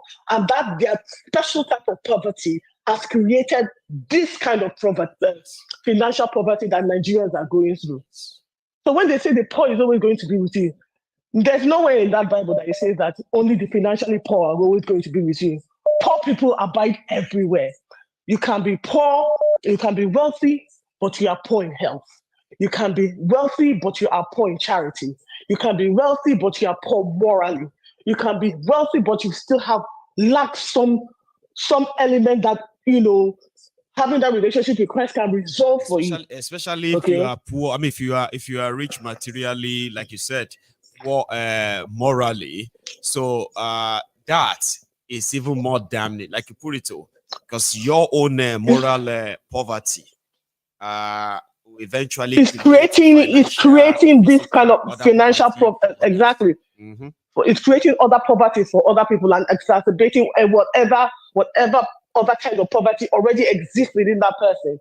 So you're creating multidimensional poverty, so to speak, spiritually and materially, right? So, it's really, when people like that talk, they talk and say it's okay to have poor people. No, it's not okay to have poor people. There's enough resources to take care of everybody, so that you can then deal with those intangible poverties that we all have. All of us have it. All of us have that intangible poverty that we all need to, how will I put it? We all need to rise above and, and kind of, by God's grace, or people around you. That's what I said to you. Be better at, basically. Wherever you have your own shortcoming, you can lose everything, but do not lose your humanity. Humanity, when it is lost, is when empathy doesn't count to people anymore. That's when they become sociopath and all of that. They don't care. Exactly. Exactly. You know what I mean? Exactly. And once you get to that stage, then, as you put it, so morally bankrupt, no amount of money can actually wash you clean and make you better if you are not a better person. So we should all try and be better than wherever and we should all try. And those are the kind of people like Tinubu and his allies and the people that he keeps in his circle. They are creating financially poor people with all the other underlying issues that we have. Self-centeredness. Because of their own selfish. Moral bankruptcy. So they are creating. Exactly. Right. Sad. Okay, so this is my own contribution. Okay, so you might need that break now, honestly, and please get some rest. Okay, I will. Cheers. Thank you. Bye bye. So that's Lady Charm with us there. so blessed. I have to tell you this, okay? Because even my own friends who kind of spend their time with Maiyegun to show the quality of what it is like, yeah. They will do everything, right, to make every session on Maiyegun's diary political worth it. They do go to the extreme, by the way. I've had a brethren here, a lady that we thank God that she was saved. She had an accident. She had a crash because she was watching Maiyegun, and she, like you're driving, and then you like something happened, and something just happened on the Maiyegun you are watching, and you're trying to like change it and quickly get it back, and boom, boom, boom, boom. She had a crash. She told us that here. She gave the testimony here, and I was just like, So that's how much people actually really, really fancy and love being around here, okay? I cannot. They've told me, they said, Maiyegun, sometimes word of mouth can really describe it. And they pray for me. Maiyegun, may you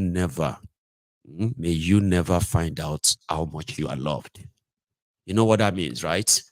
It simply means that when I fuck up, right, everybody will now begin to be like, oh, you disappointed me. Honest. I'll be like, so you love me that much? Oh, I didn't know. You see, because we didn't want to tell you. We love you so much. Look at the heart you break. So that's why we say, may you never actually really, really, really find out your value. Because most times you only find out when you fuck up. I'm a bit lucky because people do tell me how valuable I am to my face. Not waiting till I fuck up. Here is a caller. Hello there. Hello, Maiyegun, my son. How are you? The Senator Agbede. How are you? Good morning. Good morning, sir. Yeah, Good morning. after 8 here. Sir? After 8 here. After 8:17 here. Wow. 8:17 a.m. here. How are you? Good morning. Dr. Senator Agbede. Happy Friday. Happy Friday. Same to you, sir. Same to you. A long time. Keep up the work. Don't worry, we are doing some other grounds concerning Nigerian things, and that's why I called now to feed you back. Okay, yeah. Now go on. They've named you now the CNN of Nigeria. Please, so kudos to you. So is that a good thing? No, it's a good thing. Partially. Just let's take it like that. Don't worry, partially. But let's take it like that. So Maiyegun, my son, is now the CNN of Nigeria, which is a good. Okay, now let me ask you some questions. Yes, sir. How many more days left that the terrorists that abducted the children, the 207 children, how many more days left that they gave Tinubu? Please, that's my first question. They did not really give much. They gave a week, and they said they will start killing the children. And I think the week will start from Sunday, this Sunday. It will end. Yeah, they gave them like 20 days then, about a few days ago. They said 20 days ahead. But why ask that question? Okay, that is even fair then. The last time I heard them, they said 1 week. That was about 2 weeks ago. No, 2 weeks ago. No, 20 days. So 20 days a week. Why I asked that 1 question? more week. Right. Go on, sir. Yeah. Why I asked that question is that right now, Maiyegun, these terrorists, they are jubilating because in the situation room, we're able to track them. In fact, the way they are jubilating and everything, I'm telling you. But my question is, did the Nigerian military don't they have a situation room where can they be, where they can be seeing them right now? In fact, they are not looking for them. That's the problem. They are not looking for them. God bless you. Amen. God bless you. It's Amen. true. It's true. Doctor. As of yesterday, these people are being tracked. The way manner, they were just playing. They're just jubilating, waiting for. I'm telling you, I was like, wow. Really? See. How? Like satellites or what? Yes. That was classified. Okay, classified. The way we monitor Osama bin Laden onto the room, onto his everything. It's true. All the way from the US. Why? The technology is there, doctor. The technology is there. Why can't they not send them link? Technologies are there. Sir, you know something? Sorry, before you continue, doctor, right? Before you continue. They said, America said if Nigeria need help, they should ask them, they will help them. Did they not receive any request from Nigeria that they needed help?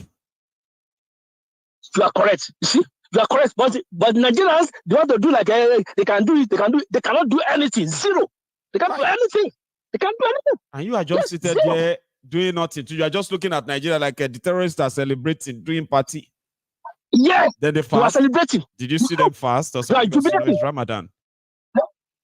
They are jubilating. No, you can't. That one's classified. Don't worry. But they were jubilating. Go on, sir. They are jubilating everything. You see.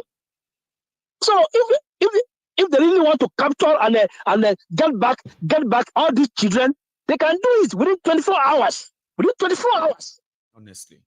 Oh God, it's true. Sir. Oh, God will help us. God will help us. And also, Doctor, now God, do you think God can help us now when man cannot help us?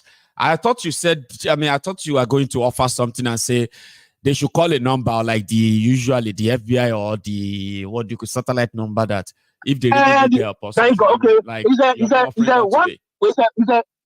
is a 1-800-225-5324. 225. Sorry, sir, repeat it. People can give it to them. 1-800-225-5324. 5324. 1-800-225-5324. 5324. God bless you, doctor. God bless you. I mean, for the sake of posterity, let's leave it out there, sir. Okay. God bless you. People good work. Yes, sir. Amen. Before the end of that, what do you call it? That time they gave them, we will get the breaking news that the children have been released. Please. One more thing. Please, one more thing. Go on, sir. Yeah. Tinubu, that 10.8 billion pounds that you use to buy that house in England, we are still investigating. No, I think it's 10 million pounds. Yeah. It's 10.8 million pounds. Right. Cash. He used cash. So we are still investigating. So you are okay. So that's it for. God bless you, doctor. God bless you. Bye. And how is the campaign going, by the way? I've not heard you talk about that in a while. Or you're no longer in the primaries?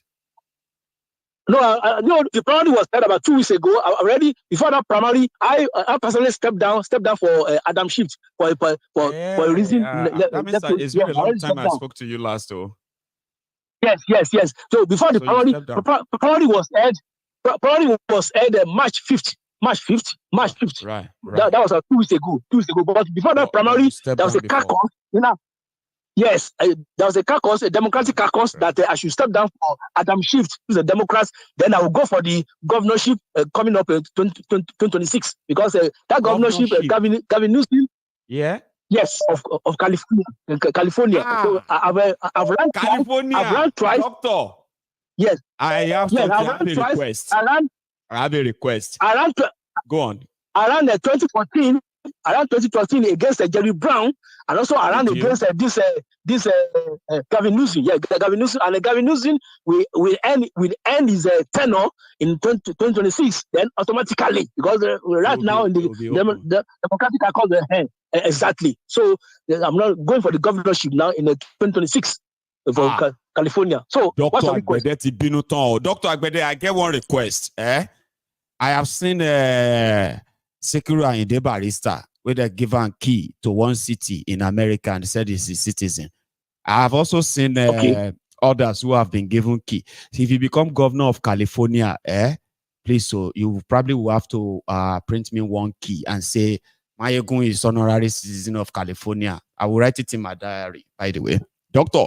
No, all the best. Just okay. Your request is kept. Okay. Thanks so much. No, I just consider it. I know there are some things you have to follow, but just have it in the mind that don't worry. Don't worry. Everything's Doctor. We look forward to 2026, sir. God bless you, sir. You have a good one, okay? That is Dr. Agbede, by the way. All the way from California in the United States of America. I was looking forward to having a member of this Temple of Truth that's like a member of the American Congress or American Senate. So we're looking forward to Dr. Agbede becoming Senator Agbede. he has already stepped down for somebody else, something shift or so. However, he's now possibly going to be Governor Agbede of California. Oh, yeah, going to make sense. So, Doctor, I know you are smiling. Eh? You know, it's going to make a lot of sense, right? I said, Dr. Agbede, Governor Agbede of the Temple of Truth.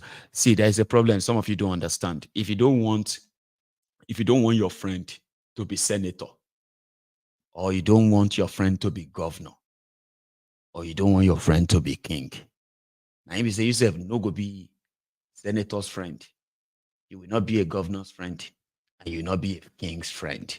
So if your friend saying one be senator, we shall well.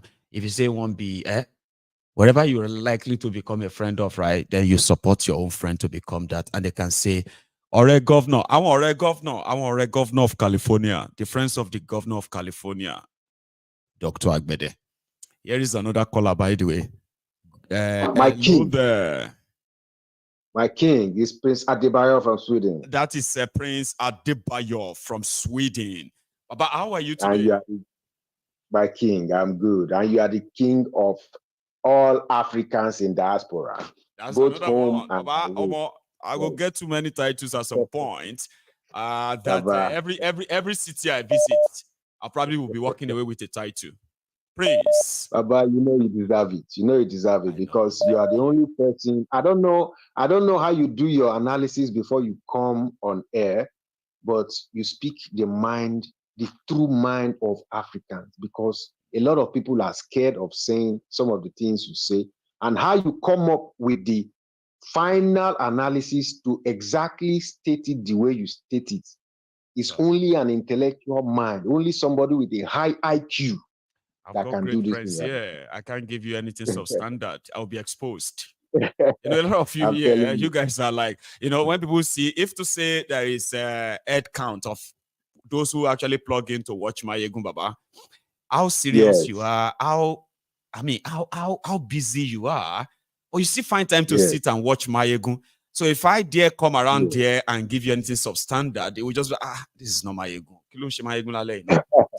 What is wrong? If that happen again the next time, we'll like, something is wrong with you. This is not Maiyegun. So yeah, I've been doing it again and again and again, and I think I have become an expert to some extent. And if not because of all of you, that's where the motivation comes from. Oh, that I know my audience, Baba, I know the quality of what they listen to, and I appreciate you appreciating me, Baba. Thank you for that, Baba. I wanted to make some comments. You are free, but you know, I could not but state the fact that I know that this work you are doing, that there's so many temptations, so much. You are supposed to be a billionaire if you fall, but I don't want to talk because I'm looking at the TV as I'm talking to you. I'm seeing the great beard. My reaction on the face, exactly. You know, I said, "See, Baba, when we start this thing, I'm a lucky guy. Okay, fine. I kind of put in a lot of work. All right. Yeah. But you know, when you put something in and you were not expecting anybody to say, "Oh, well done. Oh, good job.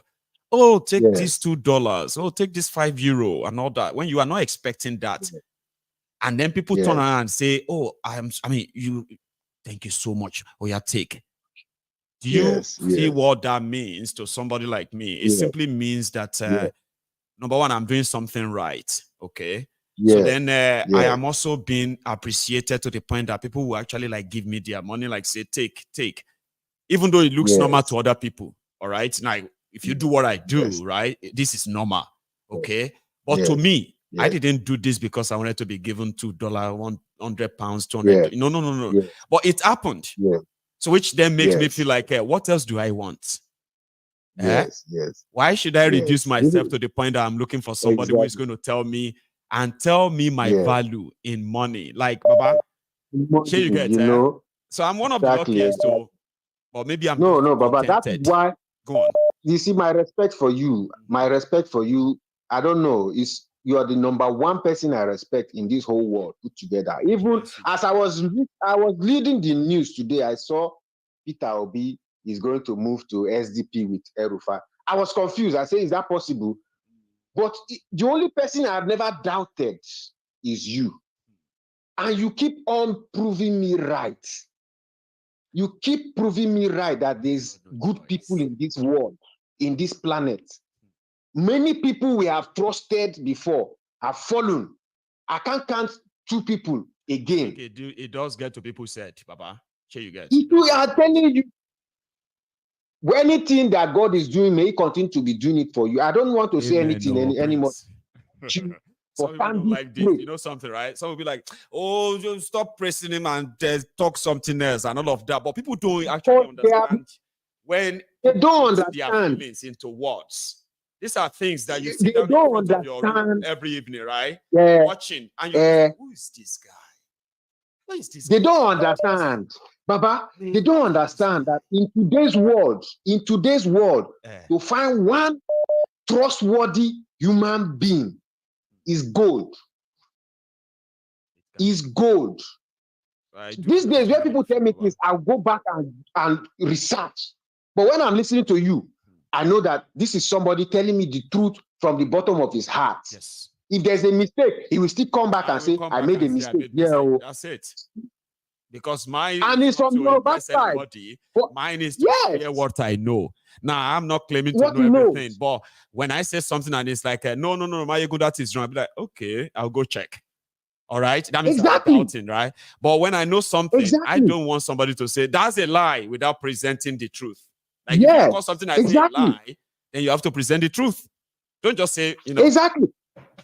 Prince. Because many people are living in different worlds. Look at what one of the callers said, that Bola Tinubu's wife said people are going abroad to work. I mean, does it look like that woman is living in this planet? She woman, yes, she planet. They live in their own alternative world. They live in their own world because they don't understand why people are. So she want to say she don't understand why people are living that hell called Nigeria. That people that are working ordinary dishwashing here, they earn past even that president. How much is the president's salary? If we look at it just fully, how much is she how much are they earning in bank manager or bank MDs? How much are they even earning if you compare to what a dishwasher here is earning? If not, they are stealing. When I work for Sky, when I was working for Sky, by all standards, I have to say all of us just collect salary. I mean, I was richer than a senator in Nigeria. Yes, now times 2 of the salary of a senator in Nigeria. Yes, now that was my salary. I was just now compare. Call center customer service advisor. Now compare somebody washing dish here and somebody washing dish in Nigeria, or somebody who is doing factory work here and somebody who's doing factory work in Nigeria. That woman, that's to tell you, and this is the way nearly all of them are thinking, because the poverty in the country doesn't concern them. They don't live in that world. That's why they are busy buying jeeps and expensive cars when people cannot even eat one meal a day. Do you see how some of them does come around? By the way, I don't know if you have hosted some of them in Sweden lately. They will come around and they will say, I think this is pretty much like with so many Nigerians. So some of you in London would tell me, you testify to this, okay? They tend to mock hard work in Nigeria. It's like a Nigerian thing. When you tend to say you are, even in Nigeria, right? They will tell you that, gamble, you know, say, you better don't kill yourself for another person's work, right? Then when they visit you, they're like, you guys don't have time for yourself. Every time, walk, and all of that stuff, right? And it's so easy for them to now turn and say, "God, this walk, this your boat land now. Walk, you they do." But guess what? The politicians in Nigeria will say this most of the time, that you just go abroad instead of you to stay in Nigeria, where you know that you don't have to be walking. They do not really appreciate hard work in that place. Because they don't at all. I say when I went to Niger to go and invest. They even give names to those who are hard working. They call them Jacko, Wako, and all of that. Like Ishelari, and all of that. Like they don't really like any hard working people. They don't appreciate. That's why that country is where it is. When I went to go and invest, as I reached there, I say they were calling me that this your idea is fantastic. And in my own brain, I say, okay, when we do this, will get the raw materials, they will now transform it to finished goods, they will now send to the market, and they will now be recouping funds. But to them, their own idea is, why not let us go to one government official, they will table this matter, they will use it to get extra money, then they will give me something by the side. Then nothing will happen. I will just get money, and then the project will just die like that. Now. Not do anything, that government support, government subvention. So if the government give me subvention, I don't need to go to the farm. They do not need to produce anything. They'll just lie to the federal government. Government will bring money to support. There's one thing they call it the project. The government will just bring the grant. I'm like, what the heck is wrong with these people? And this is what is going on everywhere. If there's a contract for a road, they'll just go get the money and just print the poster that the road has been built, and nothing is done. And what is happening? And Baba, they have done this thing to the extent now that Nigeria now is the most dangerous place on the planet. I will tell you the reason. The reason is this. The reason is this. Before, it used to be the presidency that was stealing, backed by the Oga Patapatas of the military. But now, you see what's happening in Okwama? That's just one battalion that have that district. All the battalions now, they are feeding themselves. Now, count how many chop areas they have created for themselves. That's why anytime you hear, now, forget it, and one battalion, people lost because they care more. It's this, they are kidnapping, they are busy kidnapping people because every battalion must feed. And now, so it's not, they are feeding on that different crime right now. Every battalion, every 500 gang, 500 gang, don't get there now. Now, cultism, no, and this one is now Nigerians now. You hear that guy yesterday? That one a soldier, Baba. He was saying that, oh, now don't. You are fried. You are coming. Look at what soldier is saying. I was like, soldier, really, no. Look at what soldier is saying. He doesn't know whose employer is now, because to him now, he's the god of the sheep. Anytime they are hungry, they will just enter one place, pack 500 people, and then government, or they will force the community to donate money to them, and then they will be releasing people one by one. It's only community, they give them money for peace. I say, we don't settle them. We always go there and settle them. We always settle them. If not, they will come in and kill you. And they are not terrorists. I say, even armed robbers have soft hearts. They are only there to you now, Prince. So that I ain't go rob you again later. Yes. Why ain't go kill you? Yes. Why would but it's the only soldier that we, the family they but police go kill you, collect your stuff, don't lie on top of your dead body. Exactly. There's one family they kidnap in Abuja. They used one member of the family to set example. They shoot one dead. Then they collected the ransom and released the rest. Only soldier have that kind of mind. So Nigerians, if you don't wake up, you are just food for the, like fertilizer. You are just fertilizer for the plant. And they tell you now your blood they go use wet the ground. If you guys don't wake up, I said these criminals are opening shop on Nigerians. And somebody said, what is the commodity they are trading in? I said, Nigerians be the commodity now that they trade. They see if terrorists want make money, they pick some of you. Abi, if Nigeria want to borrow money, they use your name. And then they put it back on you through the devaluation and the rest of that. You are the commodity. Live and direct. It's not hard to tell. It's not hard to tell. That's why that man that is calling you say they have meeting. Be careful. Go watch what. I think no, I didn't say that. I didn't say that. I'll tell you something, please. Before you finish, I'll tell you something. You see that my collar, right? This is what I psychologically pictured. Okay. We have those who admire what I do so much that they can tell that behind this smile, this face, this analysis and all of that stuff lies a soldier. So you get a soldier that if he has access to the right resources, he has all it takes to actually lead people based on what he is saying. So you see, when people kind of admire you that much, that they don't see any easy way of saying it to you. so that you can at least have a chat with them and all that. So the chances to call in on this program. Exactly. And, but you know why I said am that? at the liberty of saying yes or no. Sure, you get. So I can say yes, I can say no. You know why I said that? Yes. It's not because they can deceive you. This is why I said that. Anywhere, please, Mayaka sugarcoat. Anything that is beyond Glasgow, I know they go anywhere. Exactly. The last man we admired. A reason for that. Sure, you get. Yeah. There's a reason for that. And the reason is this, I'll say it publicly as well. I am more useful to a lot of people this way. Thank you. So anything that is going to make me disappear or not be on the screen like this at this crucial time is going to be selfish. And a lot of people will commit suicide, Baba. A lot of people will commit suicide. Selfish on my part. I was going to go to Nigeria in February. I was going to go. I wasn't going to, like, I mentioned it last year, right? But however, I now started saying, well, come on.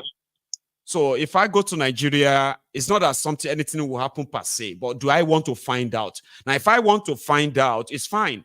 But what happened to those that I truly know personally that if I am somehow becoming communicado, they will die naturally. Do you understand?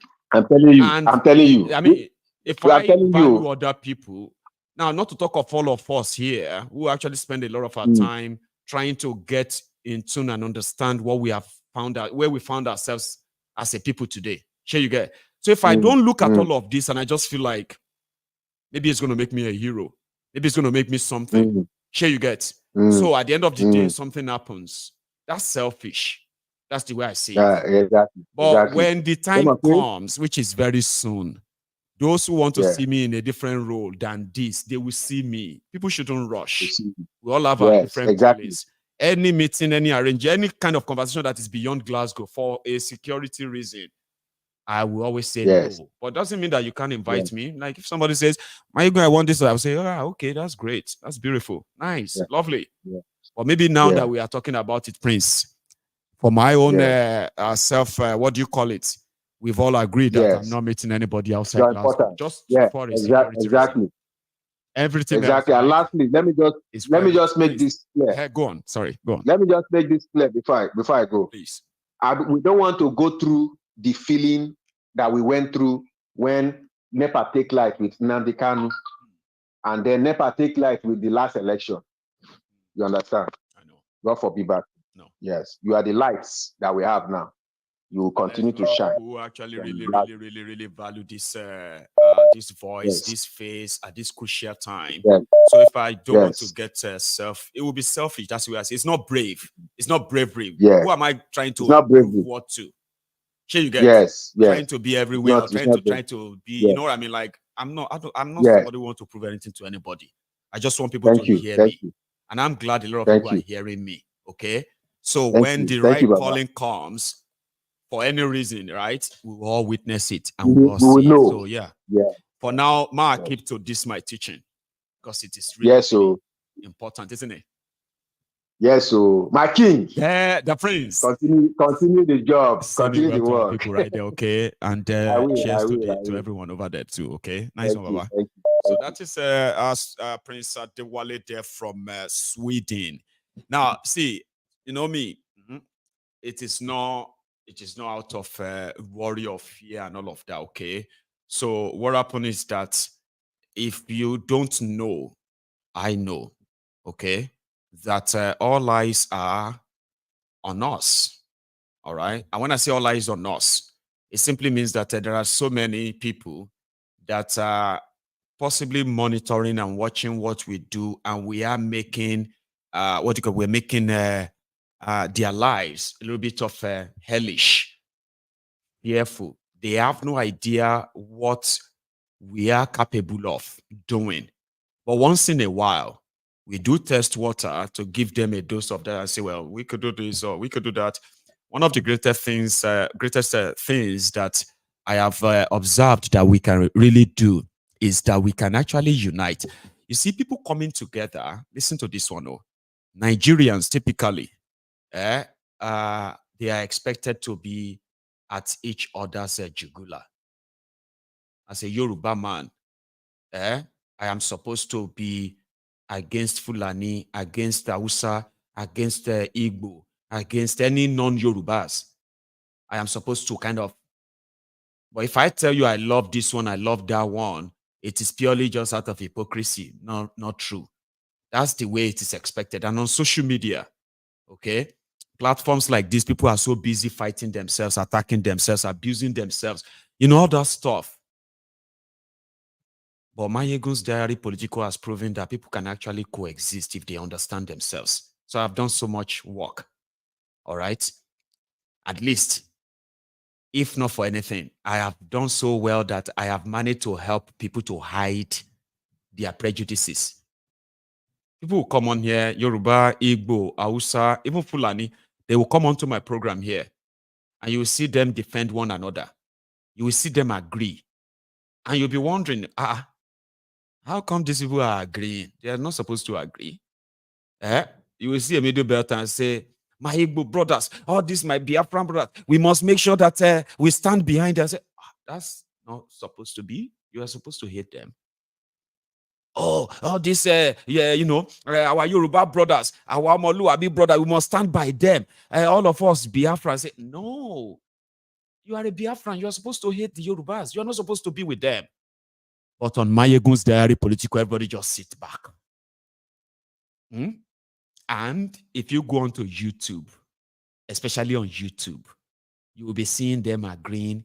And when they disagree with themselves, they disagree respectfully. You will not see anybody jump there and begin to drop all this bigotry. Now all of them will come for you. You are a Yoruba man, you won't come drop bigotry on Maiyegun's diary political. You go see Yorubas, now the Yorubas will come for you and say, are you mad? Are you crazy? Who is this one? Who is this useless person? You are an Igbo man. You want to come and be a bigot on Maiyegun's diary political. Now Igbos themselves go hold you. So you say, who is this one? Are you mad? You know what I mean? We achieved that here. And that's some power. You get that? That is some power that could transform to the streets. Where it will get to a stage where when they try to turn Igbo versus Yoruba, Yoruba versus Igbo, you just look at them and say, Igbo, Yoruba will gather together, beat those people up and say, when did the Igbos and Yoruba, where did the Hausas and the Igbos agree together? Say, no, we just respect themselves. Because everybody now understands how they have used this to divide and keep us divided for so long. So what I'm doing is very important. I know it. I have seen it play out. I am the one who runs this platform. I see all of the statistics. I see all the stats. And yes, I be like that lizard will fall down from a roko tree, landed on his belly. Nobody noticed. Oh my God, that I just landed on there from the 100 feet Iroko tree. Well, fair enough. I landed safely. And if nobody is acknowledging or praising me, I will praise myself. Now that people are actually acknowledging, that's some achievements. It may be slower than some people want it to be, but we are no longer where we used to be. Right? Anyway, let me go and speak to this, my brother. Hello, sir. Good morning, good afternoon over there. Good evening and good morning and good afternoon to you, sir. How are you this morning? Maiyegun, same old same. Let me put it that way. Well, anyway, I was calling regarding the post you made today. Can you hear me? I'm with you. All of us can hear you now. Go on, sir. Yeah, I was calling regarding you make a post of someone that was killed, doing this something about food, whatever the case might be. Nassarawa, and they are students. They haven't given us the total number of people there who died, but of course, it's because of food. They were sharing rice. And some Nigerians are still laughing when she see LOL, when she raring, that post. You see, what's wrong with us? It's our conscience that to the any kind of empathy. I know. They were laughing. Someone look on your panel to put come out, someone on wearing. It's like it's a joke. Yeah, we have. I don't know. I don't know. I just sometimes, like I told you last time, man, don't share the gun. Don't share. What? Is that country? It's like it's gone too far. Out to far for the bridge. You can't come back to earth no more. And that guy that's going around, don't form an army here. Yeah, no. The same people. To protect is that government? How much of Nigeria exotic mineral resources that will be secretly ferried out of Nigeria? So they want to keep it protected. They don't want police and all of them involved. Their own army. They will rob Nigeria. Nigeria go no, Baba. And what they are doing with impunity, what they gave it them. It's like nobody's challenging them. It is not voodoo. This is not something else behind these forces, man. They are slaughtering Nigerians every day. They are just worried about their own money. Come and make don't care. Imagine what Rafi Tinubu is saying about Nigerians. Come on, share me. Come on, share labor. About situation we did that place. You see one man, right? That has probably 3-4 skills, okay, and they will tell you that nobody is giving him jobs, so he's gone into maybe doing agberu or begging or something like that, and that's how they live by the day. There are millions that live like that, but they'll sit on and say, "Can't you go and look for a job?" Which job? These guys do not create, they do not know how to create wealth. Remember that, Baba. These guys don't create wealth. They rob wealth from the people. The women. You know. I want to bring your own prostitution around. They will say, it is now normal. Can you believe that? It's now normal. Baba, when we're younger, when we're so young, Baba, they told us, look at your own years of your own data, right? See, when we were younger, we thought life was so bad that girls were doing prostitution and students, they were doing prostitution, but they had a name for it then, hookup. And they said they are doing that to send themselves to school.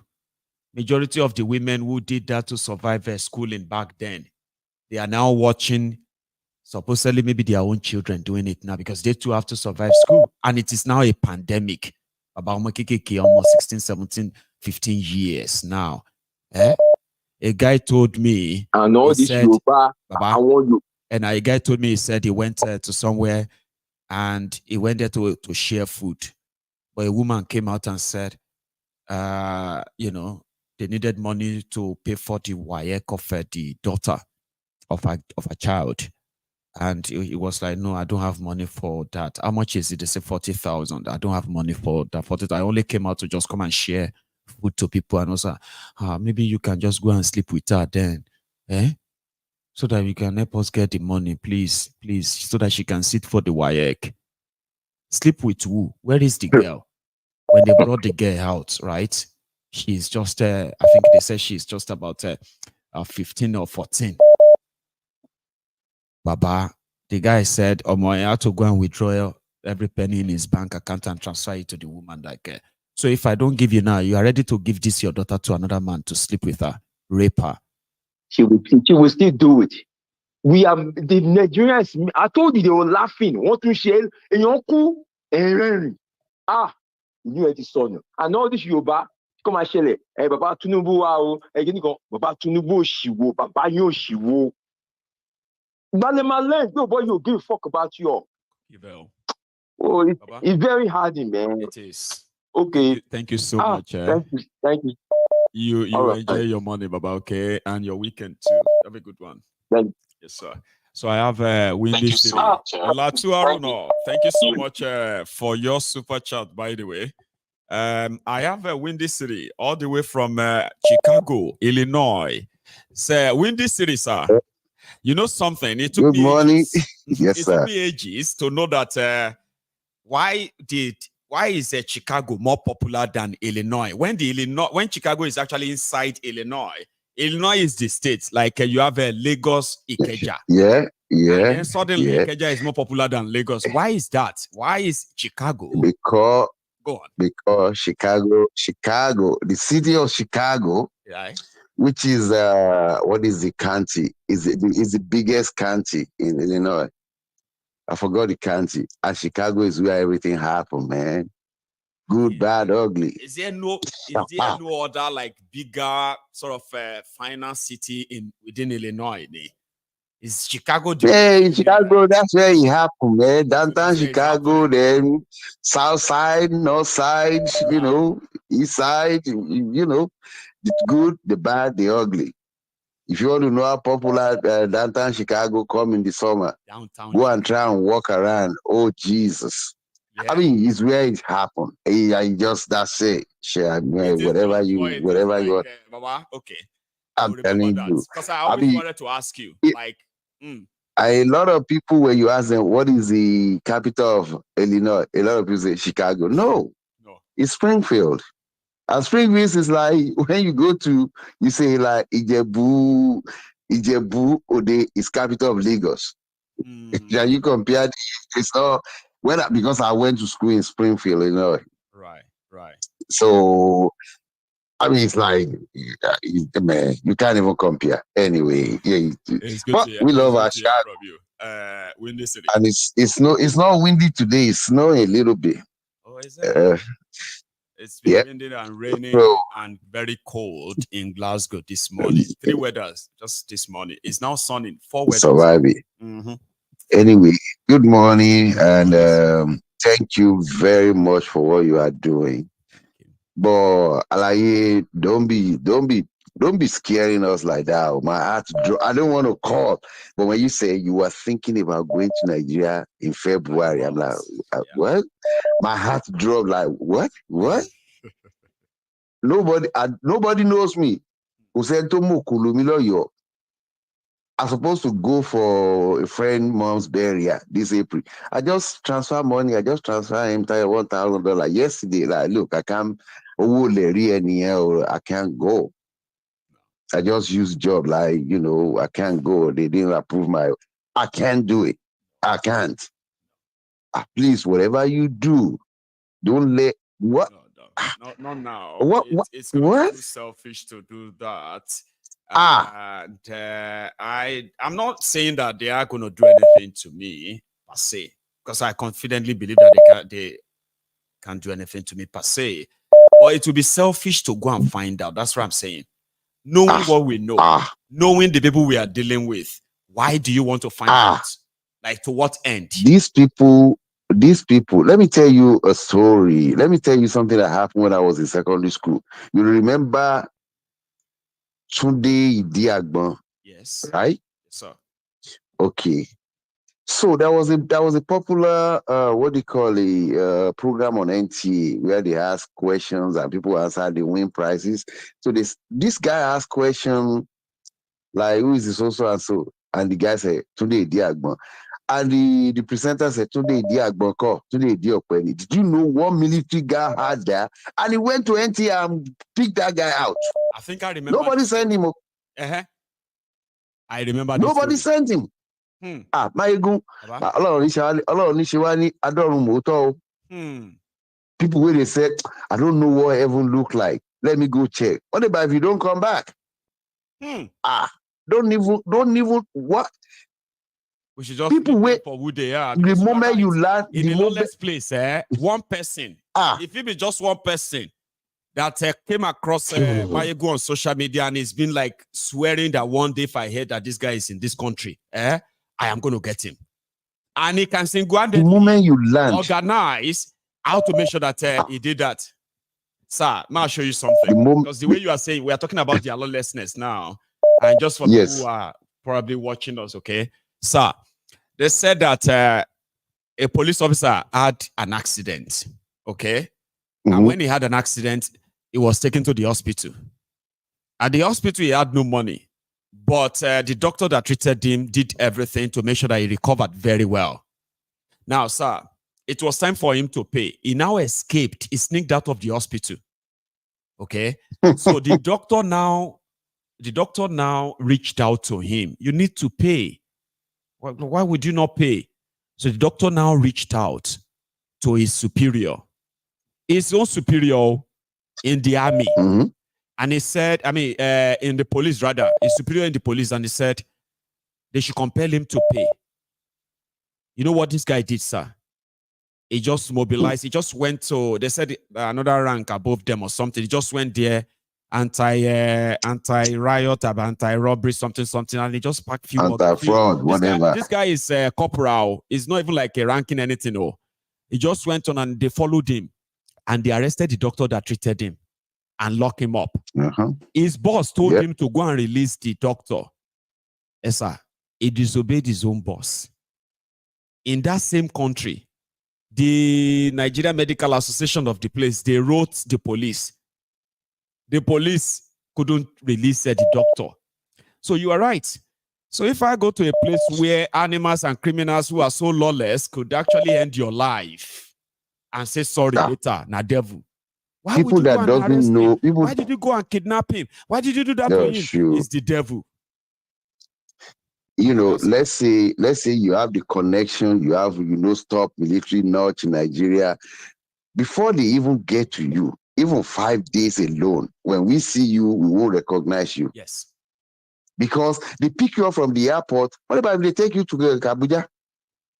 Before your people locate you, and they can take you from Abuja. Before they even say they are the one who took you, that may take a week or 2 weeks. Yeah. Before they will finally say, oh, yes, we arrested one Badero Olushola, popularly known as Maiyegun's diary politico. 2 weeks after they deny it. They will say one Badero Olushola from Scotland. He will make headlines. He will make headlines, and among the people that he goes on YouTube, they are not friendly either. they will put. Oh, I'm telling you, because I attack. I didn't really attack somebody. I explained to somebody last year when he was saying like, and this one was talking. He's not in Nigeria and he's married to a white. I said, does that mean he's no more Nigeria because he's married to white? That his opinion doesn't count. I say you are so ignorant. Yeah. I won't mention the name. And from that point on, I just delete it. What do you call it? So don't even try it. Don't let anybody, even if Kolu say, come. Kolu will have a chance to say something to me, and I will not even offend him and his team right there where they still talk to me. Baba. Because everybody they want to use anybody as a stepping stone. Some person will grab you for airport. He just bag a big price. He will call somebody that that guy where they abuse you for online. I have him. I get him. He will take the picture and they will toss him. They toss him 1,000 naira. I want 1 million naira, and they transfer him to you this place. And so on and so forth. So, may God forbid. May God forbid. For me to try. I'm not trying it. For me, I always pray that anything that will make me. You know something in this city. If I am looking for fame, sure you get. I can easily just jump into it. So that newspaper will carry me and the rest of that and all of that. But of what use would that be for any of us here at the end of the day? Well, you have a precedence. Go and look at Shore. So, that's it. That's all I'm gonna say. You're right. So go and look at Shore. We're just having a chat, a random chat around it, sir. Okay? Yeah. What about the guy that received a letter parcel bomb? So I'm saying Dele Giwa. Because now only here, Baba, if you do anything to me, and my family will know what happened to me. Do you get? So I'm not afraid. See, if somebody come now, for example, they say, if now stabbing, they stab me. I'm just saying now because it's not like it's going to be like that anyway, right? If somebody come in and they shoot me and they say, breaking news, Maiyegun shot dead in Glasgow. But my family are not going to, they are going to have closure. This country will find my killers. They will explain how they came into the country and how they were contracted and how it happened. They will even tell them how they got the weapons. So my family will have a closure and say, oh, daddy, you know, Nigeria is a place where they go don't tell like about 1,000 lies of what killed you. Most of them blaming you. In Glasgow, yeah, or in Western world, I can't see a situation whereby an house cat will go and kill a goat. No, I can't say it. That's tales that will never happen. Yeah. So I'm talking about, I don't care how much they pay them to come and visit you in Glasgow. They are welcome. Where you get the money, but they're going to catch you. And you will go down for must be something like it must be something to what they must pay you a lot of money, Sha. That's my own. Like they must pay you a lot of money. If you really want it. Before you now get into a can say, oh, yeah, take me to his place, I'll do it. Like they have to pay you. But, so you know, but it's all people that come to your people that come to your studio. Yes. People that come to your studio when they finally started coming. You have to really like do a background on them and do everything and make sure that I'm serious. No, I know. And make sure, because when you see these fanatics, don't remember Salman Rushdie. I was in London when they put fatwa on his head. He ran from to London. Did you know this bastard? They didn't forget. He was addressing some people in New York when he was stabbed. This will be like 20 years ago when they put fatwa on him. And there are some people who still carry it everywhere. Yeah, I mean, they will seek you out. So, for God forbid. So, let me just say something about those killings. And the people that, the army that went to different places. It's all by design, okay? I'm not surprised. And that's why people are not surprised. People are not surprised anymore. Not that they don't have empathy, not that they don't have feelings, but what do you do in a situation whereby you are being played? What do you do? Everybody knows, even if deaf person know that, okay, there's a situation in is it Katsina or Niger or Niger or Niger? Niger, there was one in Katsina 2 days ago. There's one in Niger yesterday. So they know it's a shining object. That the Delta scene is a shining object. Look at this way. Don't look at that way. We call it shining object in America. Hey, look at this. Whereas bad things is going on the other side. So I don't blame I don't blame Nigerian people. You cannot, Yoruba man, so I don't know how to say in English that, you cannot. So I just may their soul rest in perfect peace. And, it's another day. It's another day. I hope it doesn't spill over to our Yoruba land. I hope not. But we wait and see. I mean, we wait and see. And pray, not wait and see. When this seriatic back it's called watch. Yeah, well, and pray. That's we have to keep watch. Okay. Yeah. All of us. So, Maiyegun, you and your family and your extended family. So have a great, great, great day and nice weekend. Okay. And to you too, sir. Okay, take it easy, and you have a good one too. Bye bye. All right. Okay. Bye-bye. I was going to possibly call it a day, but I think we should have 1 or 2 more calls. If my callers will be hurry, right? Well done. Give me 1 second. Hello. Maiyegun. How are you? Maiyegun Baba. Fine. Good morning from here. Good morning to you too. How are you this morning? Fine, sir. I just want to say only 3 things. I will make it quick. Fast. Yesterday I heard when yesterday program when Rat was telling us that we are doing the job we are doing in abroad. And do the job abroad that we will never want to do in Nigeria. I know. That the guy that called that was very, very angry, that was using the word this N-word, this word. Yeah, it's true that sometimes people go out of their mind, because when you get to their nerves, you know. That woman, everybody that lives abroad knows that what we do here and make our livings. Some of us started with small, then small. We get to where we are today. They cannot provide that job for us, Maiyegun.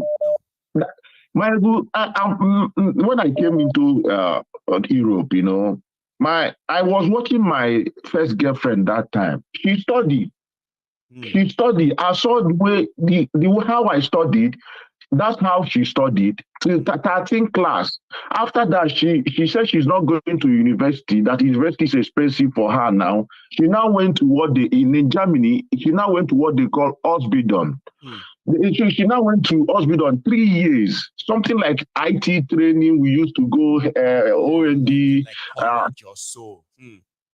Yes, she now went to she went to this training 3 years in a logistic company. Maiyegun, as I'm talking to you now, this is in the space of 2016 till now. Maiyegun, she's controlling like 24 staffs under her now. So you see how they plan. They have plans. They have plans. Some of us went to right. There are so many of us who also did so many kind of jobs.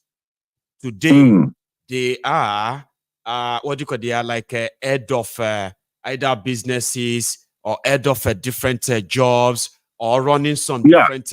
You know, I mean, people start somewhere. Go on. This guy, this family now, they are like people that throw money in occasion as if they picked it on the street. So they don't know any other way because they are criminals. They don't know any other hard way to make money. They are criminals. So that's why she don't see the hard work of others that they put us into. Because they are the one that subjected us into this thing. I was in Adro. I bought my first cars. After 2 months, I came to Europe. See? This is what I could not achieve for 25 years to 33 years of my life there. Understand? So many people here, they came here in your program. One guy called in. He said he's I think he was a doctor in Lorraine. He said he's about 62 years. And he spent 20, you remember 27 years. He was 27 here. Before you get to 27 years in a particular place, Maiyegun, do you know how many millions of people have gone under you? Through you and a lot of things and respect. But after 27 years as a consultant, he now came here to start afresh. What chased him away? Kidnapping, insecurity. You know. So when these people begin to talk down on us like this, that we are abroad, because this is what they are doing. They want that money. Like you said, 2 months, we just remitted 1.8 billion. Yes. More than money they are getting from crude oil. So she opened her mouth to say, 5 trillion naira their own money anyway in that 2 months. Yes, look at it. You know, that woman looking mainly at this facial. Look at that woman very well. You will see that woman is a criminal because it takes only a criminal to be together with a criminal. No, Teresa Mendoza, Abuja, Remi, Ahmed, Tinubu, Rati. Go and read the FBI file. Everybody on the street. Something Akonde's wife, right? They were the ladies. They were the ones opening bank accounts that Tinubu as an accountant was telling the drug dealers to deposit money into. She was mentioned in the whole thing. She is into her husband's heroin dealing back then too. She's not ashamed of herself by saying all these things. People in abroad, because we know we are not fools. Because we know for you to be a girlfriend or wife to somebody like Tinubu in that kind of clique, either she's a prostitute, or that she they job first, or that she they traffic guns, or that she they carry the drug for them, or that she they do all this. She must be into that for Tinubu to keep that woman till date by his side. You know, so she don't need to be telling us that we don't do good jobs in abroad. The only thing they did to us, we in abroad, that our children don't know where we came from. They only knows that we come from Africa. That's the only thing. You know, so that's that I want to say. I want to say something. Yeah, you saying something about you. I don't like you using this word. You know, only God can take somebody's life. But that some things in Igbo land we used to say that that is our mouth, our tongue is another thing. So let's stop saying this because we need you more. You know this glass or something that's conference of Odudu. I want you to be very, very careful there. Just be security conscious about yourself and surrounding, please. Now because these people they can go extra miles, and this killing in Delta. A lot of people are saying, so anybody that's in Igbo will also say that that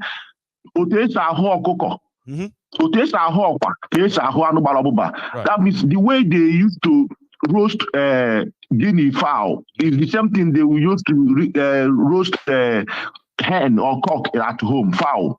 You know, so because they get feathers, two of them, they have the same feathers. So since they're doing this thing in Niger Delta now,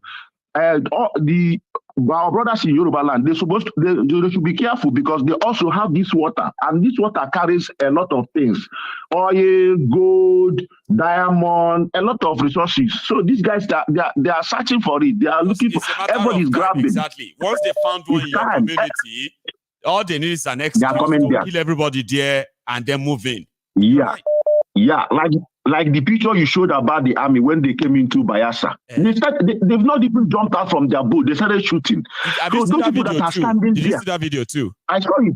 I can't really play it here. I wish I could play it here. I want people to go to Maiyegun General political Facebook and watch that video. That gives you the context of when they say the military invade the community. Exactly what they did.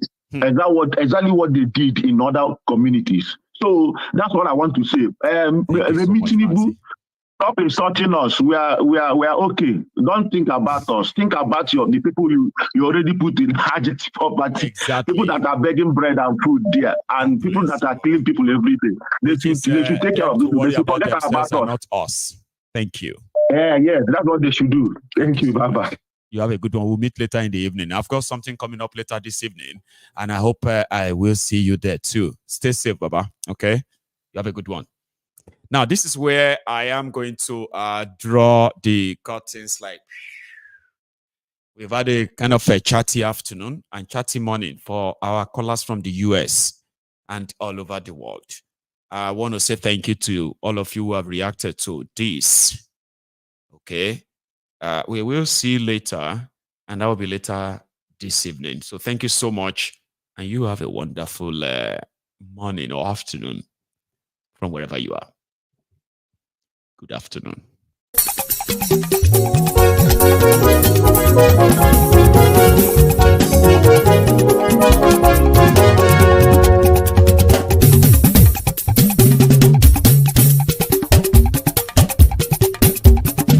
Maiyegun làwa mọ̀ làmọ̀ tó dòdòdò.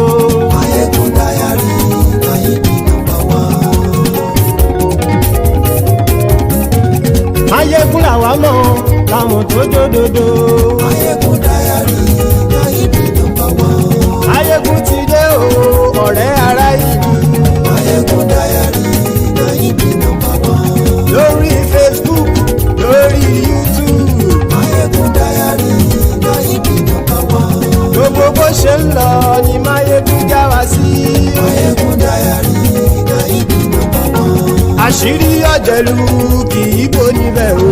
Maiyegun Diary, Maiyegun #1. Bó bá ṣe eré àní Maiyegun máa wí. Maiyegun Diary, Maiyegun #1. Ó sì tún ṣe eré wàá gbọ́ níbẹ̀ o. Maiyegun Diary, Maiyegun #1. Maiyegun Diary, Diary politico. Maiyegun Diary, Maiyegun #1. Godfatherism kò sí lọ́rọ̀ Maiyegun. Maiyegun Diary, Maiyegun #1.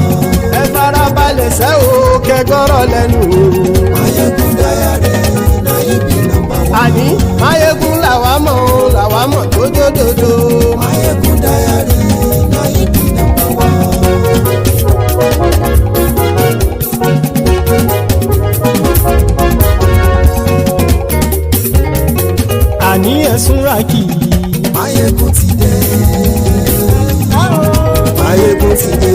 ọ̀jẹ̀lú ẹ̀sùn ràkì. Maiyegun ti dé. Àní ẹ̀sùn ràkì. Maiyegun ti dé. Lórí Facebook. Maiyegun ti dé. Àní ẹ̀sùn ràkì. Maiyegun ti dé. Lórí YouTube. Maiyegun ti dé. Àní ẹ̀sùn ràkì. Maiyegun ti dé. Bọ́ bàbá gbé wúrẹ́. Maiyegun máa wí. Àní ẹ̀sùn ràkì. Maiyegun ti dé. Jíjó ìgbádìyẹ. Maiyegun máa wí. Àní ẹ̀sùn ràkì. Maiyegun ti dé. Bí pẹ̀sìdó bá rúfin o. Maiyegun máa wí. Àní ẹ̀sùn ràkì. Maiyegun ti dé. Bí gómìnà kówó jẹ. Maiyegun máa wí. Àní ẹ̀sùn ràkì. Maiyegun ti dé. Ọlọ́pàá tí ń darí bá. Maiyegun máa wí. Àní ẹ̀sùn ràkì. Maiyegun ti dé. Aṣòfin tí ń rúfin o. Maiyegun máa wí. Àní ẹ̀sùn ràkì. Maiyegun ti dé. Òpùrọ́ olóṣèlú. Maiyegun máa wí. Àní ẹ̀sùn ràkì. Maiyegun ti dé. Ọ̀jẹ̀lú ẹ̀sùn ràkì. Maiyegun ti dé. Àní ẹ̀sùn ràkì. Maiyegun ti dé.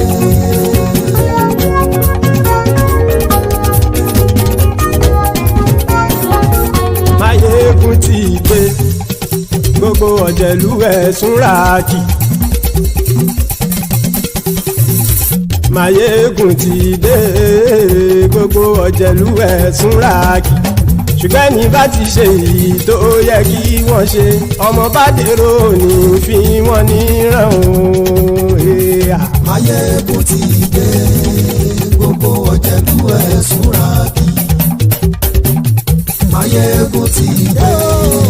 Gbogbo ọ̀jẹ̀lú ẹ̀sùn ràkì. Ṣùgbọ́n ní bá ti ṣe èyí tó yẹ kí wọ́n ṣe, ọmọ bá dèrò ní fi wọ́n níran. Wọ́n fowó bẹ́ẹ̀ o, Maiyegun ó sọ pé wọ́n ò fẹ́ bẹ̀. Wọ́n fowó bẹ́ẹ̀, Maiyegun ó sọ pé wọ́n ò fẹ́ bẹ̀. Oníkan ṣáàtì ṣe èyí tó yẹ kí wọ́n ṣe, fáwọn ará ìlú tó gbé wọn débẹ̀ o. Maiyegun ti dé. Gbogbo ọ̀jẹ̀lú ẹ̀sùn ràkì. Maiyegun ti dé. Gbogbo ọ̀jẹ̀lú ẹ̀sùn ràkì. Ṣùgbọ́n ní má ti ṣe yìí tó yẹ kí wọ́n ṣe, ọmọ bá dẹ́rọ̀ ò ní fi wọ́n níran. Ha! Kì máa yí ṣeré, ọ̀rọ̀ yìí kì í ṣẹ̀fẹ̀. Kì máa yí ṣeré, ọ̀rọ̀ yìí kì í ṣẹ̀fẹ̀. Ẹni bá ti lè lẹ́bọ̀ lẹ́rù o, ọmọ bá dèrò kàṣàyè tú wọn síta. Maiyegun ti dé. Gbogbo ọ̀jẹ̀lú ẹ̀sùn ràkì. Maiyegun ti dé. Gbogbo ọ̀jẹ̀lú ẹ̀sùn ràkì. Ṣùgbọ́n ní bá ti ṣe yìí tó yẹ kí wọ́n ṣe, ọmọ bá dẹ́rọ̀ ò ní fi wọ́n níran. Tẹnitẹni ọmọ Maiyegun ọ̀rẹ́ ara ìlú mọ̀mọ́ ni mo fọlọ́hún ṣọ́ ẹ̀ bá kìlẹ́bù. Lóòótọ́ olódodo ìlú ọ̀tá ìlú mọ̀mọ́ ni ìwọ ṣá máa ń ṣọ́ra kò sì mọ́ bẹ̀rù. Bọ́tà ń lè rí bóníṣègùn lé káwọn mọ̀mọ́ fi ṣera wọn ni ó ti dẹrùn tí wọn ò gbọ́dọ̀ sì mọ́ bẹ̀. Èèpo ọ̀bọ lọmọ bá dérò tàjẹ́ ò gbọ́dọ̀ jẹ́, ó ti dọba lórí àbínú ẹni kò sì mọ́ fòyà. Àìsíwọ́lu ní ẹnìkẹ́ ìgbódì ẹyin lábàrá o, ó kó ẹni tó bá dán o àkàmù. Maiyegun ti dé. Gbogbo ọ̀jẹ̀lú ẹ̀sùn ràkì. Maiyegun ti dé. Gbogbo ọ̀jẹ̀lú ẹ̀sùn ràkì o. Ẹni bá ti ṣe yìí tó yẹ kí wọ́n ṣe, ọmọ bá dèrò òní fi wọ́n níran o. Maiyegun ti dé. Gbogbo ọ̀jẹ̀lú ẹ̀sùn ràkì. Maiyegun ti dé. Gbogbo ọ̀jẹ̀lú ẹ̀sùn ràkì. Ṣùgbọ́n ní bá ti ṣe yìí tó yẹ kí wọ́n ṣe, ọmọ bá dẹ́rọ̀ ò ní fi wọ́n níran.